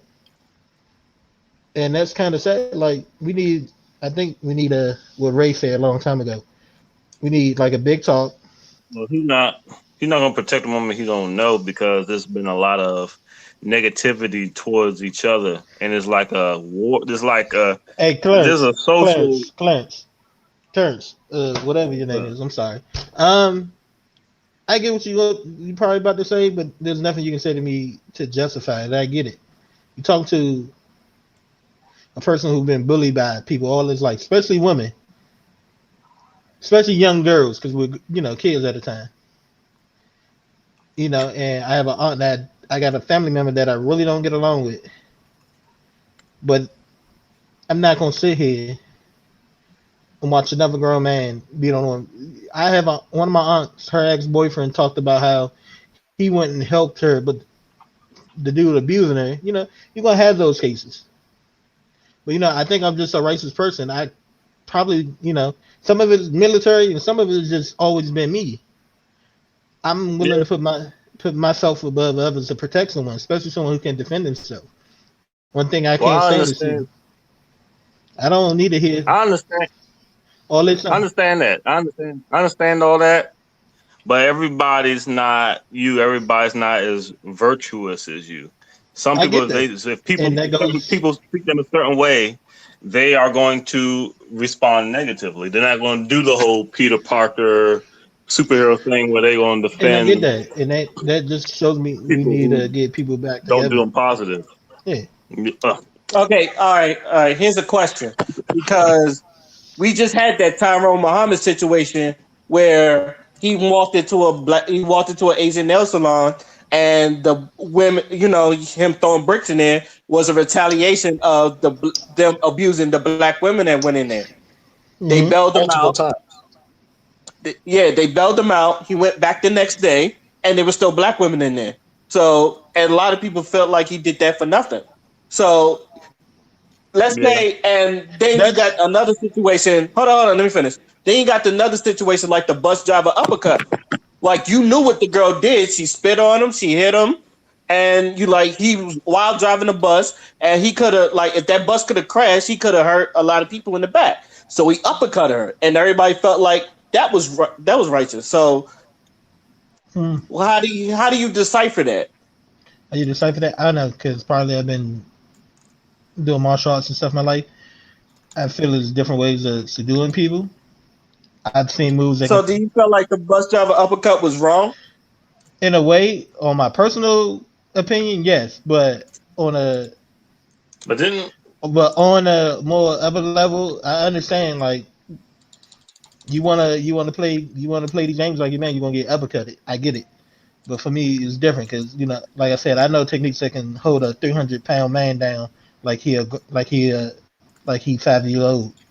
But it's just me, and But I was just getting we need more to the man thing was just learning, having better role models and stuff to do. Don't get me wrong, we always in a perfect world we had people to stand by you every time everything would be great. But yeah, speaking of, I'm not gonna say they look innocent. It's probably a lie, and there's always just gonna be people who don't care about the bigger picture. And the water's gone. You still gonna have the coon. And some of the people might be on the side, but as soon as you get to something they don't like, they're gonna turn. I mean, and honestly, about that man going to the nail salon and the disrespecting of black women, I honestly feel like I'm happy he stood up, but in the game in the world we live in, he played the game wrong. It was a different way of going about it. But we don't. It doesn't always work out for black people when we go them different routes. I don't. I agree with you, Phil. Mm-hmm. But I'm also going to say, when it comes to black people, there is no right and wrong. When it comes to black And folks, also, Mm-hmm. not to interrupt, and also he did do the right thing before. He went in there, he's talked to them before. Like he's handled it verbally before. Like the brick thing, that's No, a Ray. What I build mean up. handling it properly is getting other things behind you. Like one time I got into it. Some dude, some little young dude at a carryout cussed out the old lady, and me and her got into talking. She said, "I shut this whole thing hold down." I called she's like, "I call all these departments on her," and she said, "I wouldn't stop until it shut down." That's what I mean by doing the right way. We Everything is not always okay. We not just talking to them. You got to start hurting their pockets. And protest is probably not gonna work because that's probably gonna get no more thing there. You gotta find ways but to hurt their pockets. We gotta find ways to hurt their pockets, and it's not always certain ways we think. We don't think of every avenue when it comes to hurting pockets. That's what I mean by he didn't do it the right way. in order to hurt Not their just pockets, us. you have to be on code. That's the problem. Mm. Yeah, that the is a black problem. women wasn't gonna. Those black women wasn't gonna stop Yeah, the black shopping woman at wasn't that on hair code. salon. They wasn't gonna stop until they got disrespected, of course, and it's not all of the black women. I'm sure some out there that, like you said, bailed them out. But Not to We mention, there's do. We do 150 need. black-owned nail salons in Chicago. But you know what? One thing we got to do is stop. One thing I hate about the black community that we got to stop doing is always thinking each other trying to get over. You always got people. I've met white people who always try to get over anybody. I even worked at one job with this Asian dude put in the order wrong so he can try to get that free coupon. What'd you You say you know, hate that black people do? Try always, to get over on one another. always trying to get over on it. No, not always trying to get over. Always assuming that we are. We have a bad rep with each other. We are more distrusting to each other before any other race. Self A lot. hatred. That's a legacy of self hatred that was taught to us. And it just and people. Some of this, I don't believe it was really there until after the civil rights movement when they destroyed our communities. Because I think I said it before in the podcast. People like Malcolm X, Martin Luther King, and all the other, civil rights leaders that we don't really talk like that about. There was a unity. There's a reason why places like Black Wall Street were destroyed because we had too much power and unity. And in order to stop that, you got to destroy it. And that's what they did. And now we just depending on everything else. And I got friends that I argue with. There's we got to support black business, but they think like I'm not about to go hurt somebody else business to help this person. I don't. It's a unity thing we got to work on. That's for sure. But we talking about the thing of being think of man being when you hear man in the thing. Is there certain things we got to do as man with each other? Call out BS. Tell them to stop doing certain things. But I feel like we do that. We might, but I see a lot of dudes that don't. I see a lot of dudes that embrace the other thing. So Looking then, at women, it's so looking at Well, looking looking at women as totally conquest. Y'all have done that sometimes, honestly. Not all of y'all, few of y'all, and you might not think it's harmful. I don't think you mean harm by it, but certain comments that some of you have said before about women. I don't think you think how harmful it is to hear because we as men, somebody going, trying to build them up. In my mind, I was like, that's not a good way to build them up because he's like I'm a somebody will. I'm gonna agree with could you you on give what you just said. could you give an Right? example, please? I'm trying to, and it's things of such as trying to build them up because hearing dudes talk about tear down big girls or dark skinned girls, but yet dudes still want to be with them. But being with them sexually is not always a compliment. People don't Oh to a yeah, lot of men being towards men is a compliment. But to say, oh, he's still gonna fuck you. No, that's not a compliment. I agree because a man wanting to fuck a woman doesn't really mean much of anything because a lot of times men just But you said this just want to before, get a woman. Clarence. You have said this before too. Well, I know, With the I know. okay, Oh, because I was going to say with give the me an 18 example year so old I thing. have more context of what Oh, you're I saying. stand. I actually, Give me, I'll take it one further. I actually stand by that. I know you you stand by do, what? but because that comment was from you, right? But no, Clarence, Yeah, no, I stand by your it. You thing go ahead. was your thing was if she 18 or she can offer me a sex, and I don't think that that's King sound to me and to probably some other people that sounds a little predatorial. Hold on, say that again. When we were one time talking on a podcast about anyone at a certain age, like she 18, 19, she can't really offer me nothing right now. Then why talk to her at all if it's nothing but sex? Because that seems predatorial, even though she a legal age. People are predatory. People prey on each other, Mm-hmm. And that's and only if you want sex from that women prey woman. on men too. Do you hear what I Yeah, said, Yeah, I Ray? only say that. Yeah, I get it, but that's only if you want sex from that woman. So you're going to be in predator mode. If you want a Right. relationship, You're not then gonna you be. talk to that person like No, I you're going to said be in a when it's relationship. certain If you around a want certain sex, age. no, I get you. Go ahead. hold But on. What is it about the certain age no, that she's that was eight? the No, she's go ahead. that was the reference for Clarence and him saying it when he said something like that. To me, that's the type of the type of rhetoric that needs to change. Regardless, that's we got to stop just looking at them as object. Don't get me wrong. I've seen lesbians do it That, too. So I seen, I think I that's human seen, nature. I seen people in general do it. Like Yeah, That's what that's I was human just nature. getting ready to say. I've been a yeah, woman's sexual prey before, and they ain't want nothing to do with me other than that. So So but it's it's standard a that thing men that people enjoy. just do. That's So that's human nature. That's something you can't I fight. had to. That's human you nature. can fight that. It's like No, what huh? the predatorial That is part? if you look at somebody that's fine and you like, oh my God, she is fine. I'd fuck the shit out of her. That's human nature. That's in you. That's something that just in you. You want to pounce on that. That's just like I said. That's just like animal instincts that's inside a human. That's you can't. Sometimes you can't fight that. Now, if you talking want to about know more about her, you I'm would get not. to know her. But if you looking at her as a predator, you're going to attack her as a predator. That's just human nature. You said attack like you about to. Attack. Ray, I think we Like, talking but about. I'm yeah, just saying. you I think we're approach talking about like two different things here. You talking about like people basic. Talking about you're not gonna approach every woman with you're not gonna come at every woman with monogamous intent. That's just not gonna happen. And every woman's not gonna come at you with monogamous intent. A lot of women are just gonna come at you because they want to get fucked. Some of them may not even really like you like that. They just want to get fucked, and you just there for that night.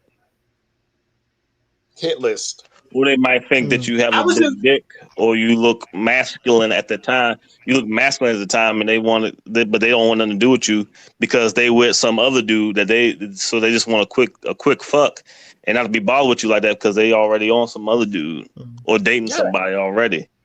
matter of fact, I was just on Twitter and this girl was talking about she was looking at the baby. She said was, "I want that dick." She just said out straight, "I just want him to fuck me," and that's what she said. Am I going to say, "Oh, you need to know him as a person"? No, I'm not going to say that because that's what she wants. If she wants to fantasize the baby, that's who she want to fantasize as. I don't think as men we should get chastised for doing that because I feel like that's just in our human nature. I'm not saying because you want to. And then there's women who also fuck younger men because of their stamina or whatever, whatnot. I mean, Mm, humans, the animals are predatorial. Animals are predatorial. Not necessarily in the murderous sense, but sometimes in mm. that sense too. It just is what it And is. always have this theory. You fetishize a person like that's. I feel like when you fetishize a person, that's just like the first topic because you don't know who she is until you like really get to know her. And then once you get to know her, that's when like you can look at oh wow, I So think I can like let me go be in a again. I was relationship. talking about when we do certain things, a certain of saying like that. Like what? Like what? I'm talking about far as when men had the conquest of thing of just doing, I'm talking about far as stuff is the the fat thing and the dark skin thing of just saying, oh, telling somebody, it's not a good thing you want to hear from things says, oh, you only dark skin or good enough to fuck. That's what I'm talking about. I get what y'all saying. Y'all talking So about you talk about them having a preference, no, not a somewhat. preference. I already told you I hate that saying because that's a cop out. That preference thing is a Why is cop it a out. cop out? It's a cop out for somebody to be racist or just colorist to me anyway. It just seemed like, oh, this Well, they may be colorist, but they may be Clarence. Let colorist, but me, it is still a yeah. cop out. Can I ever finish the sentence here? Shit, I'm done. Go ahead. I'm done. Go I'm ahead. done. Not go ahead. I'm done. Then what was that for? I don't know. I feel like we let you talk a lot though. Go. I don't care no more. All But right, yeah, Clarence, say what you but was gonna anyway. say. Yeah. Say what you was gonna say, Clarence. I mean that they that is colorist, but that is still their preference, even though it might be it definitely is colorist. Hmm. And same thing with I don't. the big Yeah. girls thing. They may not be it's not body positive. It's not necessarily the more progressive view on it. But if they don't like that and they don't really into that as far as like holding on to Then it, then that's just if them. it's so much of a preference, you then why you saying what the hell happened here? Why you sitting here going to fuck them if it's your preference? Why just not stay away from it completely? And because it's something that about then them that because then attracts to them. wait, also It's a hunger. It's a hunger for a it's lot of men. Oh, go ahead. I'm sorry. Go ahead. Go ahead. it's also the sense I think when most of the time I hear my preference is really racist people using it, or those coons who don't want to date black women. That's why I don't like the word preference. It just but seems like it still has to do it, with it, context though. it just seems like a cop out to make an excuse that I'm this way. I mean, everybody's not perfect, but it just seemed like a cop out, a shitty cop out. They say, "Oh, it's my preference." Now I'm gonna tell you. I'm gonna tell you why you asked why not avoid it altogether. I'm gonna tell you why some people don't just avoid it altogether, and they entertain it just for like a one nighter. A lot of times, a lot of men have sex with women they're not attracted to is because they're hungry and they haven't had sex for a good minute, Mm. or because they're greedy. It's some for some it's one or the other. But a lot of times, like for example, I'm not really into big girls, but I have been with big girls for a night or two. I because I haven't gotten laid in like uh some months or like a year or so. So I entertain the big drink because I mean getting the nut off either way. But I would definitely enjoy have sex with a slimmer chick more than I would that big girl. I would definitely pick her over the big girl any day.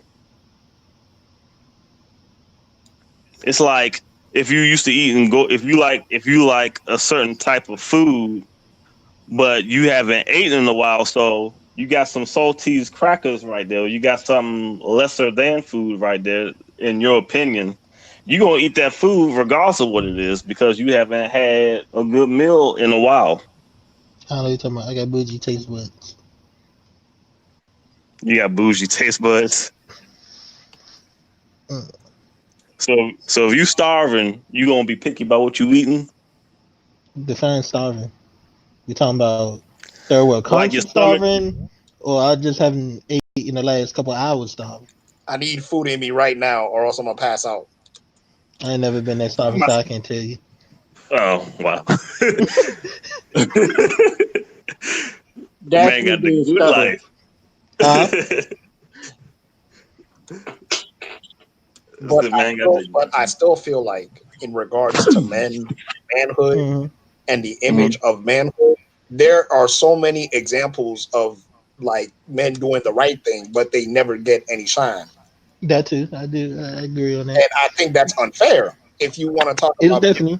if you want to talk about men, and if you want to do better, there are examples of that, but you can't just overlook them because there's examples of men being ain't shit. We know the data is out there that most rape victims being women, and when it comes to men and shit, I'm pretty sure no one here is ever going to ignore that because that's true.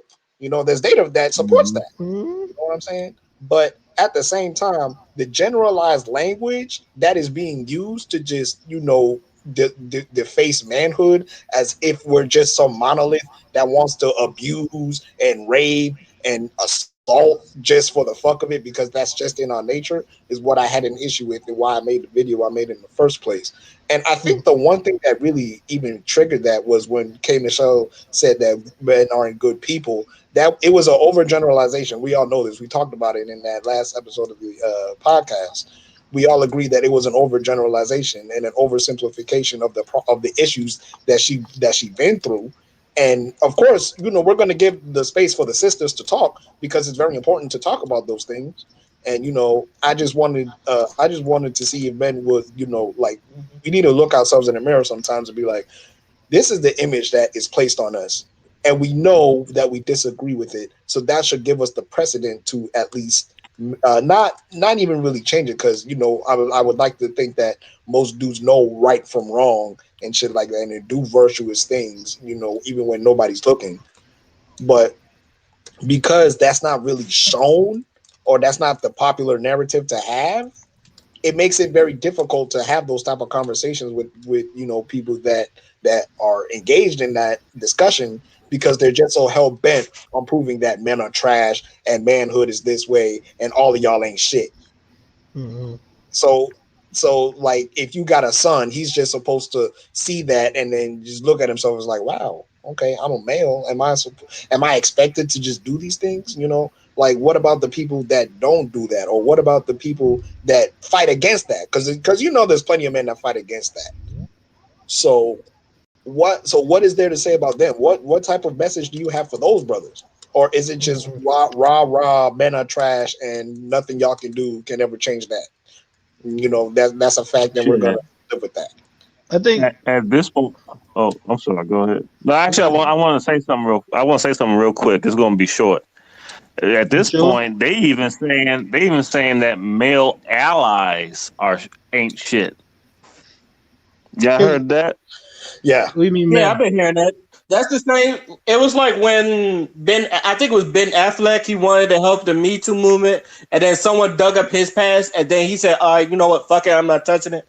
Like he was with you, people saying like, "Oh, this type of behavior should stop," and then they try to pull up some stuff he did back in the day, and then they kind of just like try to chastise him, and then he was like, "You know what? I'm back out." So yeah, I see him doing that. It's not, to me, it's not it's not forward thinking or very progressive. Hmm. Mm. I Even mean, though, yeah. Cause I mean, I've seen some stories about fake male allies, but the little when there's a little bit, it gets blown up. That could be a thing. yeah, Um, definitely. and I think one of the things is like just having talking to some of my female friends. They can, especially with the age of social media and the way that some dudes are, is just ridiculous. I think my friend posted a comment about Death Stranding, one of the controllers. She really wanted the controller from the console, Hmm. and a bunch of dudes. No, not that. Somebody tagged her in a post in a Final Fantasy thing, and these dudes kind of got on there and tried to call her a fake game. It's just fake gamer. Then there was one, Gatekeeping. yeah, gatekeeping. Then there was another pro gamer who got dropped because she said men are trash. But it was all these. You go look at her Twitter feed or wherever her social media was. You see a bunch of men attacking her, and nobody defended her. So I think that's one of the issues. But I think one thing we do have a problem at, just people in general, is attaching on to negativity, and it's kind of like, Mm-hmm. what? Matter of fact, a cosplayer that just recently met at she played Jax. What's I forget her name right now. In her inbox, one of the cosplayers, no, one of the couple cosplayers I've seen getting random messages of dudes is talking about dick pics. Women, the shit they go through with certain men, and it seems Right. it's either that good men are really low, or these ain't shit niggas. These Loud game minority. goofy, the loud minority. Yeah. And okay, Okay, so Tony, you want to say something? You want to say something, Tony?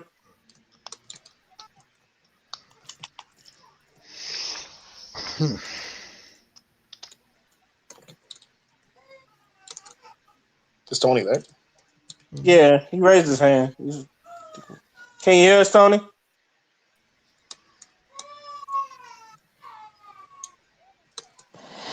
Tony, I don't think he could hear us. I was about to say jump out and jump in. Yeah, it's done that to me There you go. sometimes. I can hear you now. What's up? I don't hear anything. Yeah, I don't hear anything Yo, either. Okay, there we go. Hello? There we yeah, go. I had to sign back in. It was a lot of stuff I wanted to say, Hello, but I was working and stuff. anybody The hear me? manhood is. You hear me? Yeah, you good. Yeah. Yeah, the manhood is like it's not. My idea is like even as a husband and as a working man, it's just like that. The term as you got to be strong as a man or you got to be man to do it is not praised to where it's just like almost like you got to do it because you're a man. If you don't do it, you're not man enough. You're not strong enough. And that goes with females. That goes relationship. That goes with the job. And the one of the things that it's kind of small, but it ticks me off. Father's Day. Oh yes, Father's Day. Father's Day come yes, around. Father's Day come around. There's nothing for Father's Day. There's no it's no lot of commercials. You don't see people selling stuff. You don't see no praises. And then you see Mother's Day. That joint just full blown everything, right? And yeah, then you got the aspect of that females, that singles were like, you know what? I must celebrate Father's Day because the father not there. 'Cause there's no good fathers. So it's like taking the situation and making it feel like that that all men, because a few men are bad, all men are bad, or there's no good fathers because of that situation. yeah. That And monolith it's shit. yeah, it's every year. It's like, yo, you're not praised as being a man because you're supposed to do it because you're a man. But if a Yeah, female do it, oh, I got 3 kids, I'm doing this, I got a job, got my degree. You praise as a man, you could work all these fucking hours, you could work a shitty ass fucking job, hands and everything, and you don't get that praise because it's like, yo, you gotta be man enough to do it. Hmm. yeah. I 100% agree, and I'm gonna take it a step further because what a lot of them like to do is when you point that out to a lot of to certain women or like to certain people, they hit you with the well, you're supposed to. You don't get a cookie for that, but you give a cookie to a woman Yes, that yes, Yeah, they yes, get that they is get yes, cooking for just doing natural shit very that they bad yes. do way to say biologically that. naturally.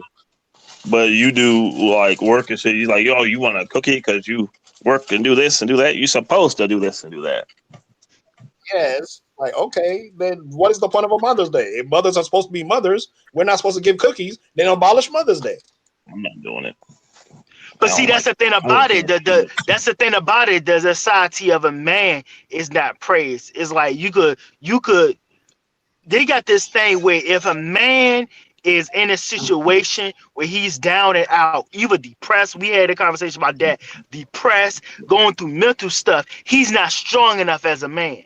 You know what I'm saying? If a Yeah, female, if something going on with a female, oh, we gotta help her. We gotta do this. We gotta do that. We gotta look out for her. It doesn't fit both sides of the field. yeah, That has not been my experience, but I believe it's out there.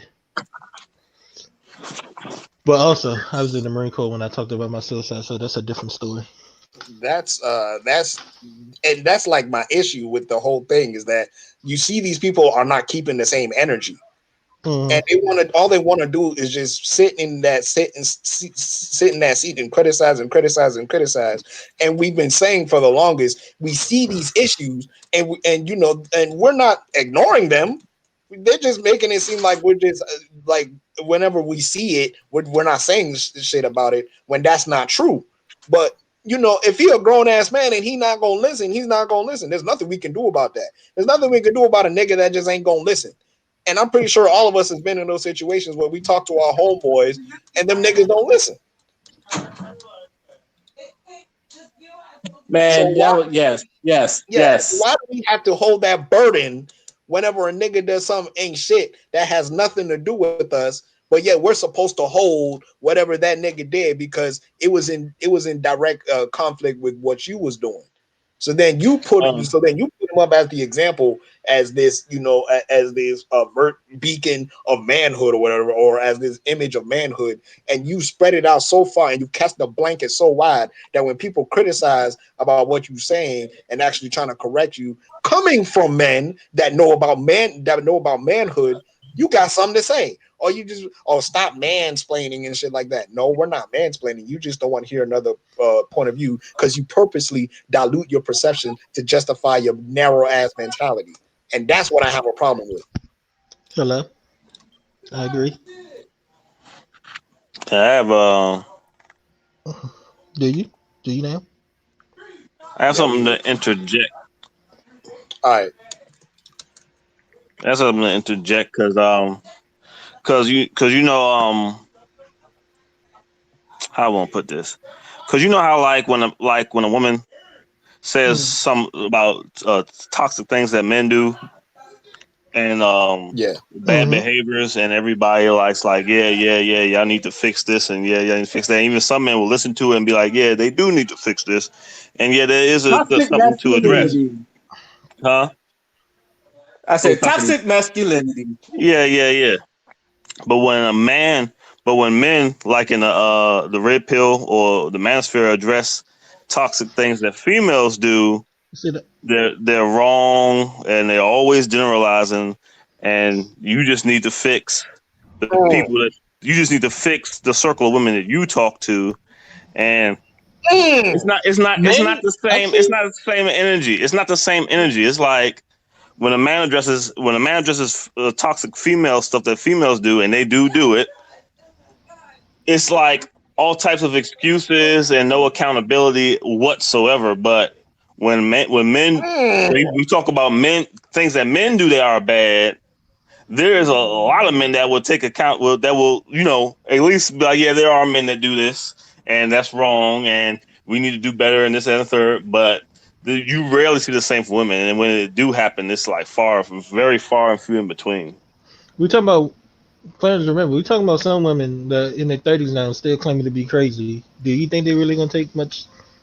And there's very few women, a lot fewer women that really take responsibility of being wrong in anything. Yeah, that's true. Very few. That's true. Um, Very, very few. But Nature's do you broken. think? You But don't do need you to think? fuck with them. But do you think that's but because some of we that, don't? go ahead. I said, do you think that's because we don't require them to take accountability? We kind of give them passes on things, or you I think was that's about to, because that's just them? I, probably a little bit both, but more. I do think, I think, as far as me, like, far one of my things, I realized dating that I see that one. They say they want a certain dude, but it's a dude who who can take charge, but yet they will back off when it comes to them. That's what they want. Somebody explained it. The best way it was explained to me. A lot of women said they want a rock, but they want that rock where they want it at. A rock. Right. I'm not. That's Yeah. true. I've seen that. Yeah, I've seen that. And I see that. When you don't agree just on everything, or you get you. Um, I've seen a lot of women. It was a meme I saw yesterday. It was like if you did what she said the first time, you wouldn't hear her nagging. And that depends on the situation. But sometimes these women want to control everything about the guy, and it's like, nah, show them not doing that here. Yeah, And those some are. women get mad. But I seen dudes, dudes of all caliber, like just bow down to certain things way too much. Then there's some, who probably stand up, and that's why they don't want to date. But yeah, some of it's because we don't hold them accountable in certain areas, or if we try to Mm-hmm. hold them accountable, it's not is in a way that we because dudes usually when we hold other dudes accountable, especially that's three that have been in the military, we're aggressive with it. We can do that with people in the military, but we can do that with other dudes, because that's kind of our culture when it comes to sports or video game. Come on, but you can't always do Right. that with women. Women gonna shut down from that. You might get a few because that's who they are. Again, they probably been in the military or some type of Right. family that, but you can't do that with every woman. And I gotta, I see dudes Yeah. argue with their girls and be like, "Bro, you need to stop talking to her. She's not gonna receive." And then that's not just women, but certain people only gonna receive certain ways of showing them how they're wrong in a different way. Then there's some people who's just not gonna ever be taken wrong because they're not used to people doing it. Hold on. I'll be right back. Mm-hmm. Y'all go ahead. So we just gotta, sometimes when you're talking to people, learning how to get a message across to them that they will understand. And I don't know, maybe that's like I said, I think it's my problem with dating because I just don't go for certain stuff that I see other dudes will let allow and get away with. So basically, yeah, I understand what you're saying. You're like, there's just certain shit you're not gonna tolerate. Yeah, but it's certain stuff I'm not gonna tolerate, and I just don't try to brush it off. It's just like, hey, this is not me. Let's not do that. But other dudes, I'm back. other dudes allow certain things because it's just like people.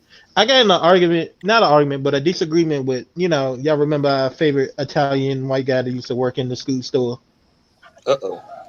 Dom. Me and him got in a disagreement because he was dating that one girl. I don't want to say her name on live on YouTube, but me and him were debating because I'm not. I like holidays, but I'm not always. I'm a gift giver, but I don't like giving gifts over holidays or things like that too much because it's not that special to me. And I've had some women that probably be upset coming to me like your spouse celebrating Valentine's Day with you every year. Come to me, I'm not celebrating Valentine's Day. Either you want the gifts I give them, don't make me because I'm not about to be forced to give you a gift on a holiday because somebody in Hallmark said I had to give you a gift. Hmm. And for some people, that's like, no, that's not gonna do.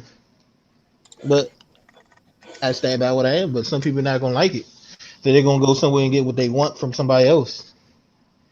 Yeah, a lot of people got problem with integrity, having integrity. Hmm. A lot of stuff dealing with relationship. As I grew up, because I never smoked or drank a day in my life, and I told myself growing up, I would never mess with nobody that smoke or drink. Now I met Hmm. my wife, and my wife, she used to smoke and drink, and she started smoking when we together. But now she don't drink or smoke now.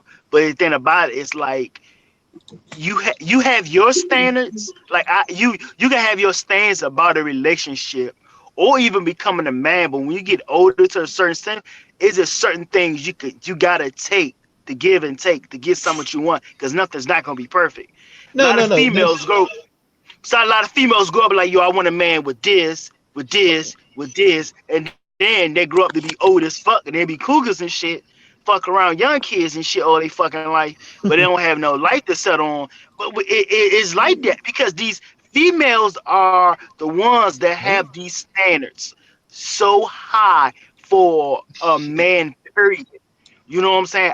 You gotta do this, you gotta pay for this, you gotta do that, and Some of that. it's You know what, Tony? Some of that comes from yeah. people telling them to get better men too. I'm gonna be honest. I think Yeah, some of yeah, that. yeah, it does. It does. So, And then they realize they lonely and they by themselves and but no, I'm they talking about friends far got as family. far as you need to start picking better men. I think some of that. Okay, I'm gonna start picking somebody better. I'm gonna pick somebody that can provide. The things that they always told they need, and I think that's one of the. I'm saying that's one of the. That's the cause of it, basically. Yeah. And it's usually coming from the mother. No, I'm talking about just in society in general, especially in social Oh media now. yeah. Pick people Oh yeah, better. yeah, yeah, yeah. Pick a better guy.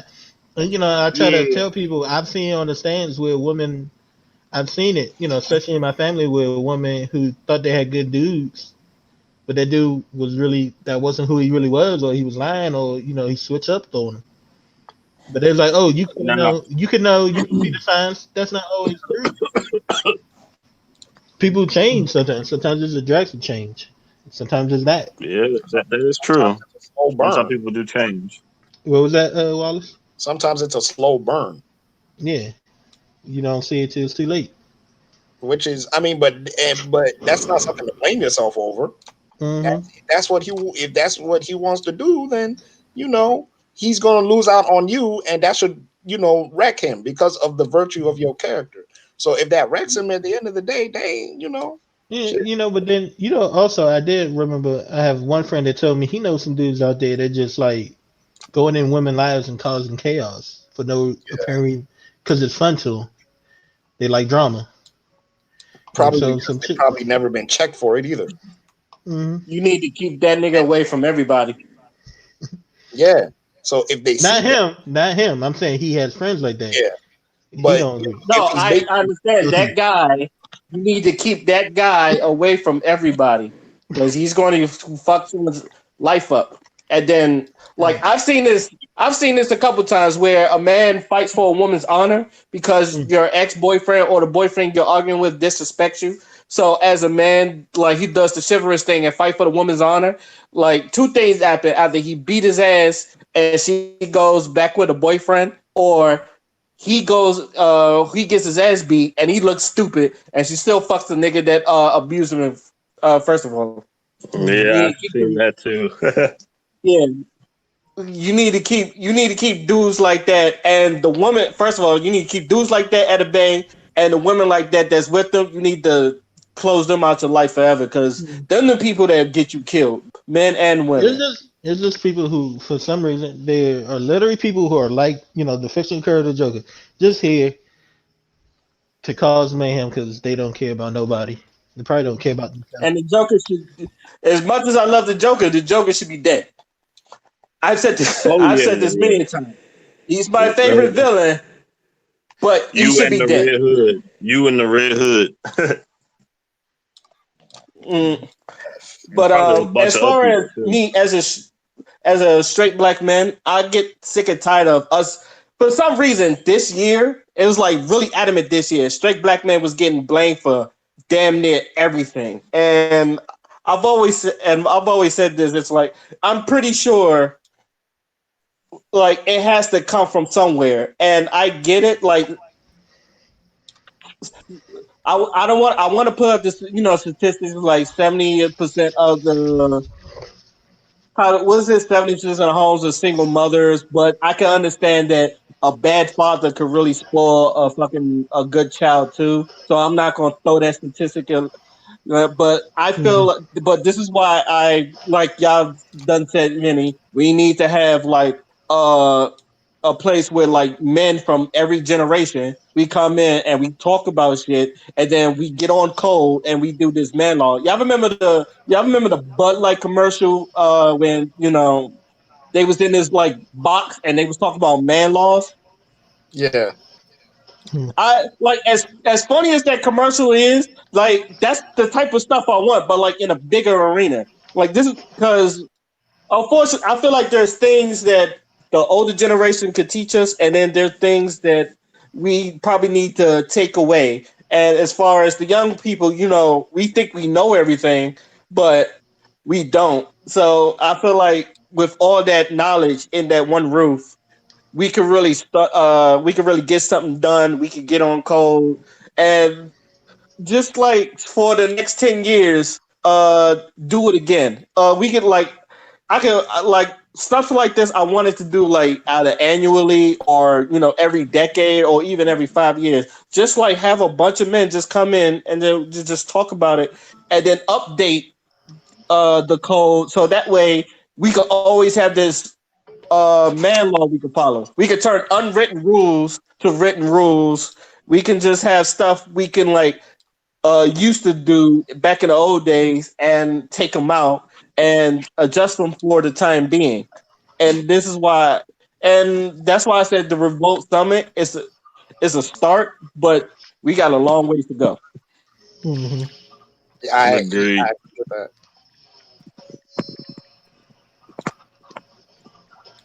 I'm messing with that mic. Hello. Yeah. Hello. No, anyone got any last words on that? Because it seems like y'all don't talked a lot about that, and Yeah. I'm happy about it. All I gotta say is men are not a fucking monolith, and I might make that a shirt. What do you mean by that? I meant to ask you that the other day. You not something to be Men are not bullshit or what? men are not a fucking monolith. Just because you've had an experience with a man, or like there is a certain image projected about manhood, doesn't mean every man subscribes to that. Hmm. I I I got a get that. final. I got a final thought. Do Do y'all think masculinity should be so stringent, monolithic as far as how a man should act? I'm not. No, strict. Let me put it that way, No, no, I get what strict. you're saying, but Yeah. masculinity has gone through changes over the centuries and stuff, and it's going to happen again. So I don't know. Well, okay. So here's the thing, Yeah. right? Mm-hmm. Culture defines, the societal norms. So when it comes to, Right. so a French man is going to act differently than a Nigerian man, just based off the culture. So True. when it Mm-hmm. comes to like strictness and, Mhm. and things like that, as long as there is, and I always said this, true masculinity or true manhood to me is uplifting and protecting feminine energy. Uplifting and protecting your children. That's what Mm. true manhood is to me. So as long as that basic thing is like enforced amongst every single man, like just not even just biologically, but just as a whole, as like you know, just a global thing. I think that should be the strict thing, Hmm. and then you could just add in your cultural shit later. But as long as there is a respect for feminine energy, then that's pretty much all we need. It's funny because I usually say the biggest part of the most manliest thing you could do is sacrifice yourself for the well beings of others. Not really like your life, but like as Mm-hmm. let's say a working man, like he works 2 jobs, just to put food on the table and all that other stuff. Like he sacrifices most of that stuff just to make sure his family is taken care of, and that's always cool. I always said that's always cool as long as it get reciprocated in a way that it pleases the man. Like how Chris Rock said, like he's supposed to get the big piece of chicken because he's doing all the hard work, and or like telling or something as even little as telling the father or the man in the house, I appreciate you what you've done and all that other stuff. Like the way we show things for Mother's Day, like Father says and Tony says, the way we show things for like Mother's Day, we should show it for fathers. Like let Yeah, them know they are appreciated. Because that's one thing I Mm-hmm. do see is like a lot of men are not appreciated. So when like same thing when K Michelle says, "Do you want a cookie?" Because that to me that right there bugged me because the wife had to say yes in order for them to be married. The wife had to say yes. So obviously she saw something in him that make him a great husband. So you can't knock him being a great husband because you got this bad generalization of how men are. So that's just my little pickiness about the K. I know we keep getting back to the K Michelle thing. That's my little pickiness yeah. on it. Because I mean, let's be honest, right? That shit kind of hurt. Like how she said that. That shit kind of hurt. Yeah, and I like K Michelle. I Yeah, have no reason to hate K Michelle. I just thought it was dumb because she based it off of cheating. Now, if she was to base it off of like, oh well, men are more do more violent crimes than women do, I think maybe she got a point there because men are like the leaders of the world and they kind of start the wars and all that shit. But if you talking about cheating, you talking about something that everybody does. Everybody cheats. Cleopatra started wars too, just so y'all know. I just want people to know. Yeah, Cleopatra started wars too. but she's one woman leader that we could. But there were some queens that did, and more European countries that did the same thing. So I Yeah, mean, like I people are know. people, really. It's just that men been in more positions of power, so you got higher numbers on them than you do the women. I agree with that. all I know is I'm not holding shit from any other nigga. I'm my own man. Mm-hmm.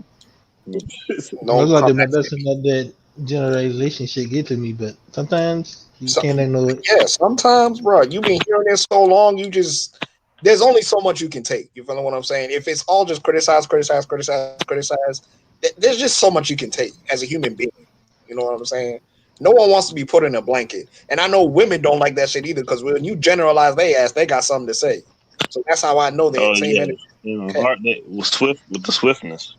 Oh, you talking to the man that get in trouble for every time he say he ain't dating white woman and the reason why. You can't be doing that. Man, the you not better catch me slipping with Becky.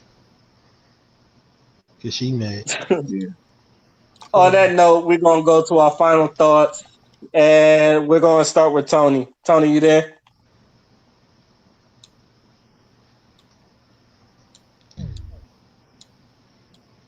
I guess he's left. Oh I wait, think here you go. Yellow. Yo, we had our Yo. final thoughts. So we starting with you. All right. Couple of things. I apologize to all the men who would get fucking ties for Father's Day, while the wives get expensive ass gifts. I know one thousand. Ties, dress Don't forget the socks is a ties, It's dress no socks no. is a no don't forget the no. coffee mugs with the number one dad on them. Yeah, or the fucking Is he saying t-shirts. something? Cause I can't hear him. Yeah, he is. Yeah. Refresh. I Yeah. can't. Oh yeah.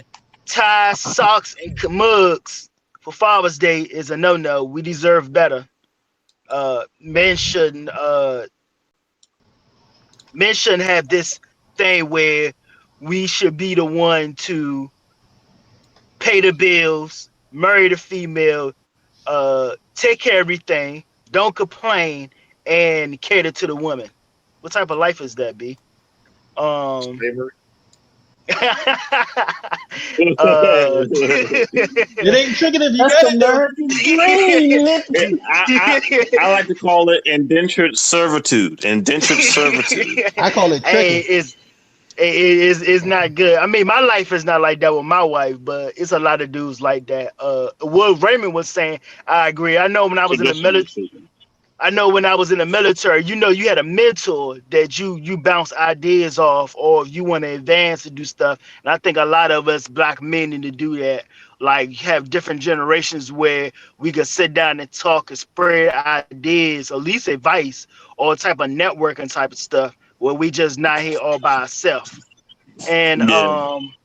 and I just looked at YouTube and I was just about to buy Mortal Kombat for the Terminator jump and it sucks. So that's my word. I just Oh, think you mean the whole game with Terminator? the Terminator. That nigga looks stiff as fuck. Well, I Yes, he mean, do. He is a I don't know what y'all robot, so I expected don't from know. him. Well, the other Yeah, robots I don't don't. know what y'all expected from.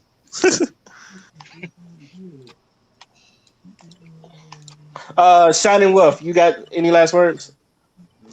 I already gave my last word, Hmm? last thought. Well, I said something about some, Uh, and it became like a whole big talking point, a whole new talking point. But yeah, oh yeah, I was like, do y'all think that I'll say I don't think that masculine should be so strict and stringent on how it's performed. But as far as my last talking point, I mean, I think like as far as the genders, we just need to be more consistent. Both ways though. We need to be more consistent both ways. Because when you have a lot of these inconsistencies and standards, is where you create a lot of problems and confusion at. Facts. Mm. And that's all I got to really say about. That's all I really got to say. Final word. First black ginger. I wanna. So what Wallace was going on earlier about the father apologizing. It reminded me of one of Kendrick Lamar's songs when he speaks on his friend calling him, asking him to help him get through it, spiritually. And I'm gonna read the bar that really resonates with it. And in it, K Dot goes, "I can't sugarcoat the answer for you. This is how I feel. If somebody killed my son, that means somebody's getting killed. Let the bodies hit the. Tell me what you do for love, loyalty, and passion. All the memories collected, moments you can never touch." Yeah, that right there.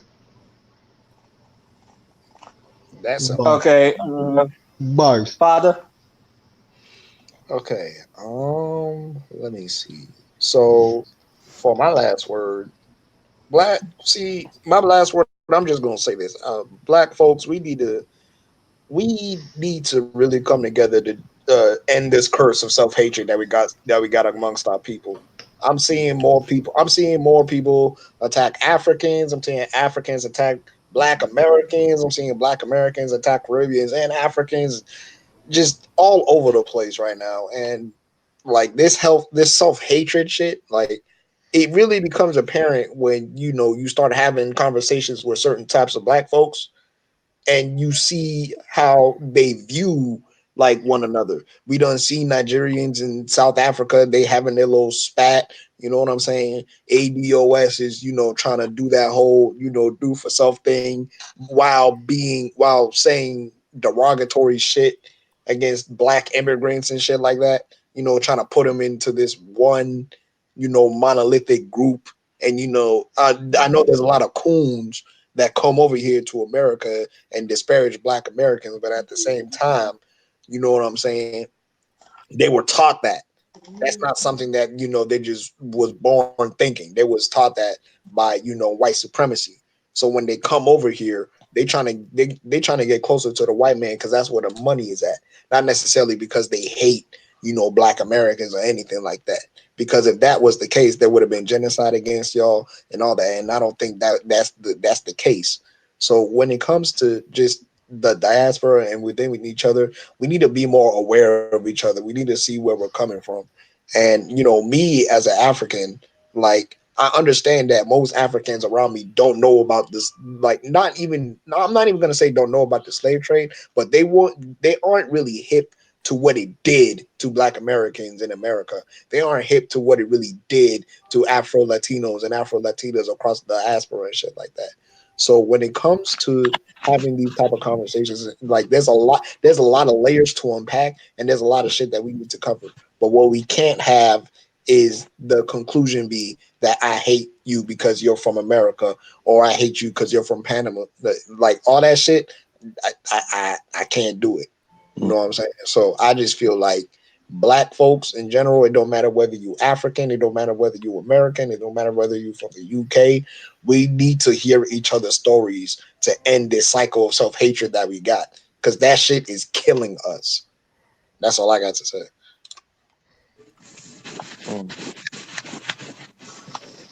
I've always I've always been big on black people have no tradition because obviously the way we grew up in Jim Crow. So I feel like during this time we are in 50 years we are going to be the ones that set tradition. Why really so standard of us getting our act together and getting on code. And I feel like a lot of people in this panel and a lot of people we kind of look up to thinking of the same thing. I would love the fact that we can have tradition, we could pass on to our youth, and they can pass on to their youth. And even if they want to switch something up, like the basis of our tradition is still there. Because I feel like the one thing we missing us as black people, especially those that are born in America and do not know where we come from. We have no tradition. And the things that's been passed down to us, we really can't pass it down because we don't own nothing. If we start tradition and how can I say this? If we start tradition and have it to where everyone could agree and everyone could just jump on there, we can do that. We can keep each other accountable and then pass it down to our youth, and they could flip it to however you want they want to, and then so on and so on. So right now, I feel like with this Amber Geiger thing, and like I said, the Revolt Summit, hell, even K Michelle, Men Are Good People, it's starting a lot of conversations. It's starting a lot of thoughts as the ones we have on this panel. It's getting things shaken up now. Since now we gotta like put these things into action. I hope one day if I can't do it. I hope somebody has that idea to put a bunch of black people from every generation into one thing and talk about getting on code. I know Tariq and she's been saying get on code, but it's one thing to talk about it. I would love to see it in action. And if he does that, I want to be part of that movement. Or if I have to start that, I will try to. I know I've been one thing I think I've been I don't want to pat myself on the back, but like doing shows like this and the documentary Black Community, Where Are We Going, like trying to pick everyone's brain so I can at least think of a solution. I feel like people like me and people like Father and everyone else on my panel, we can get something going. And once we get something going, let's hope it doesn't get stopped by anything. Because I think the one thing I can say about the past movements, like they started, but something always made it stop. So I hope it doesn't stop with us. I hope it keeps going, and that's all I'm gonna say. So I'm gonna thank everyone that got on the panel. I would like to thank everyone listening. Panel. Talk our shit again. So this is you know what? Let me just say podcast, and we signing off. Peace. Hey Ray, just go offline real quick.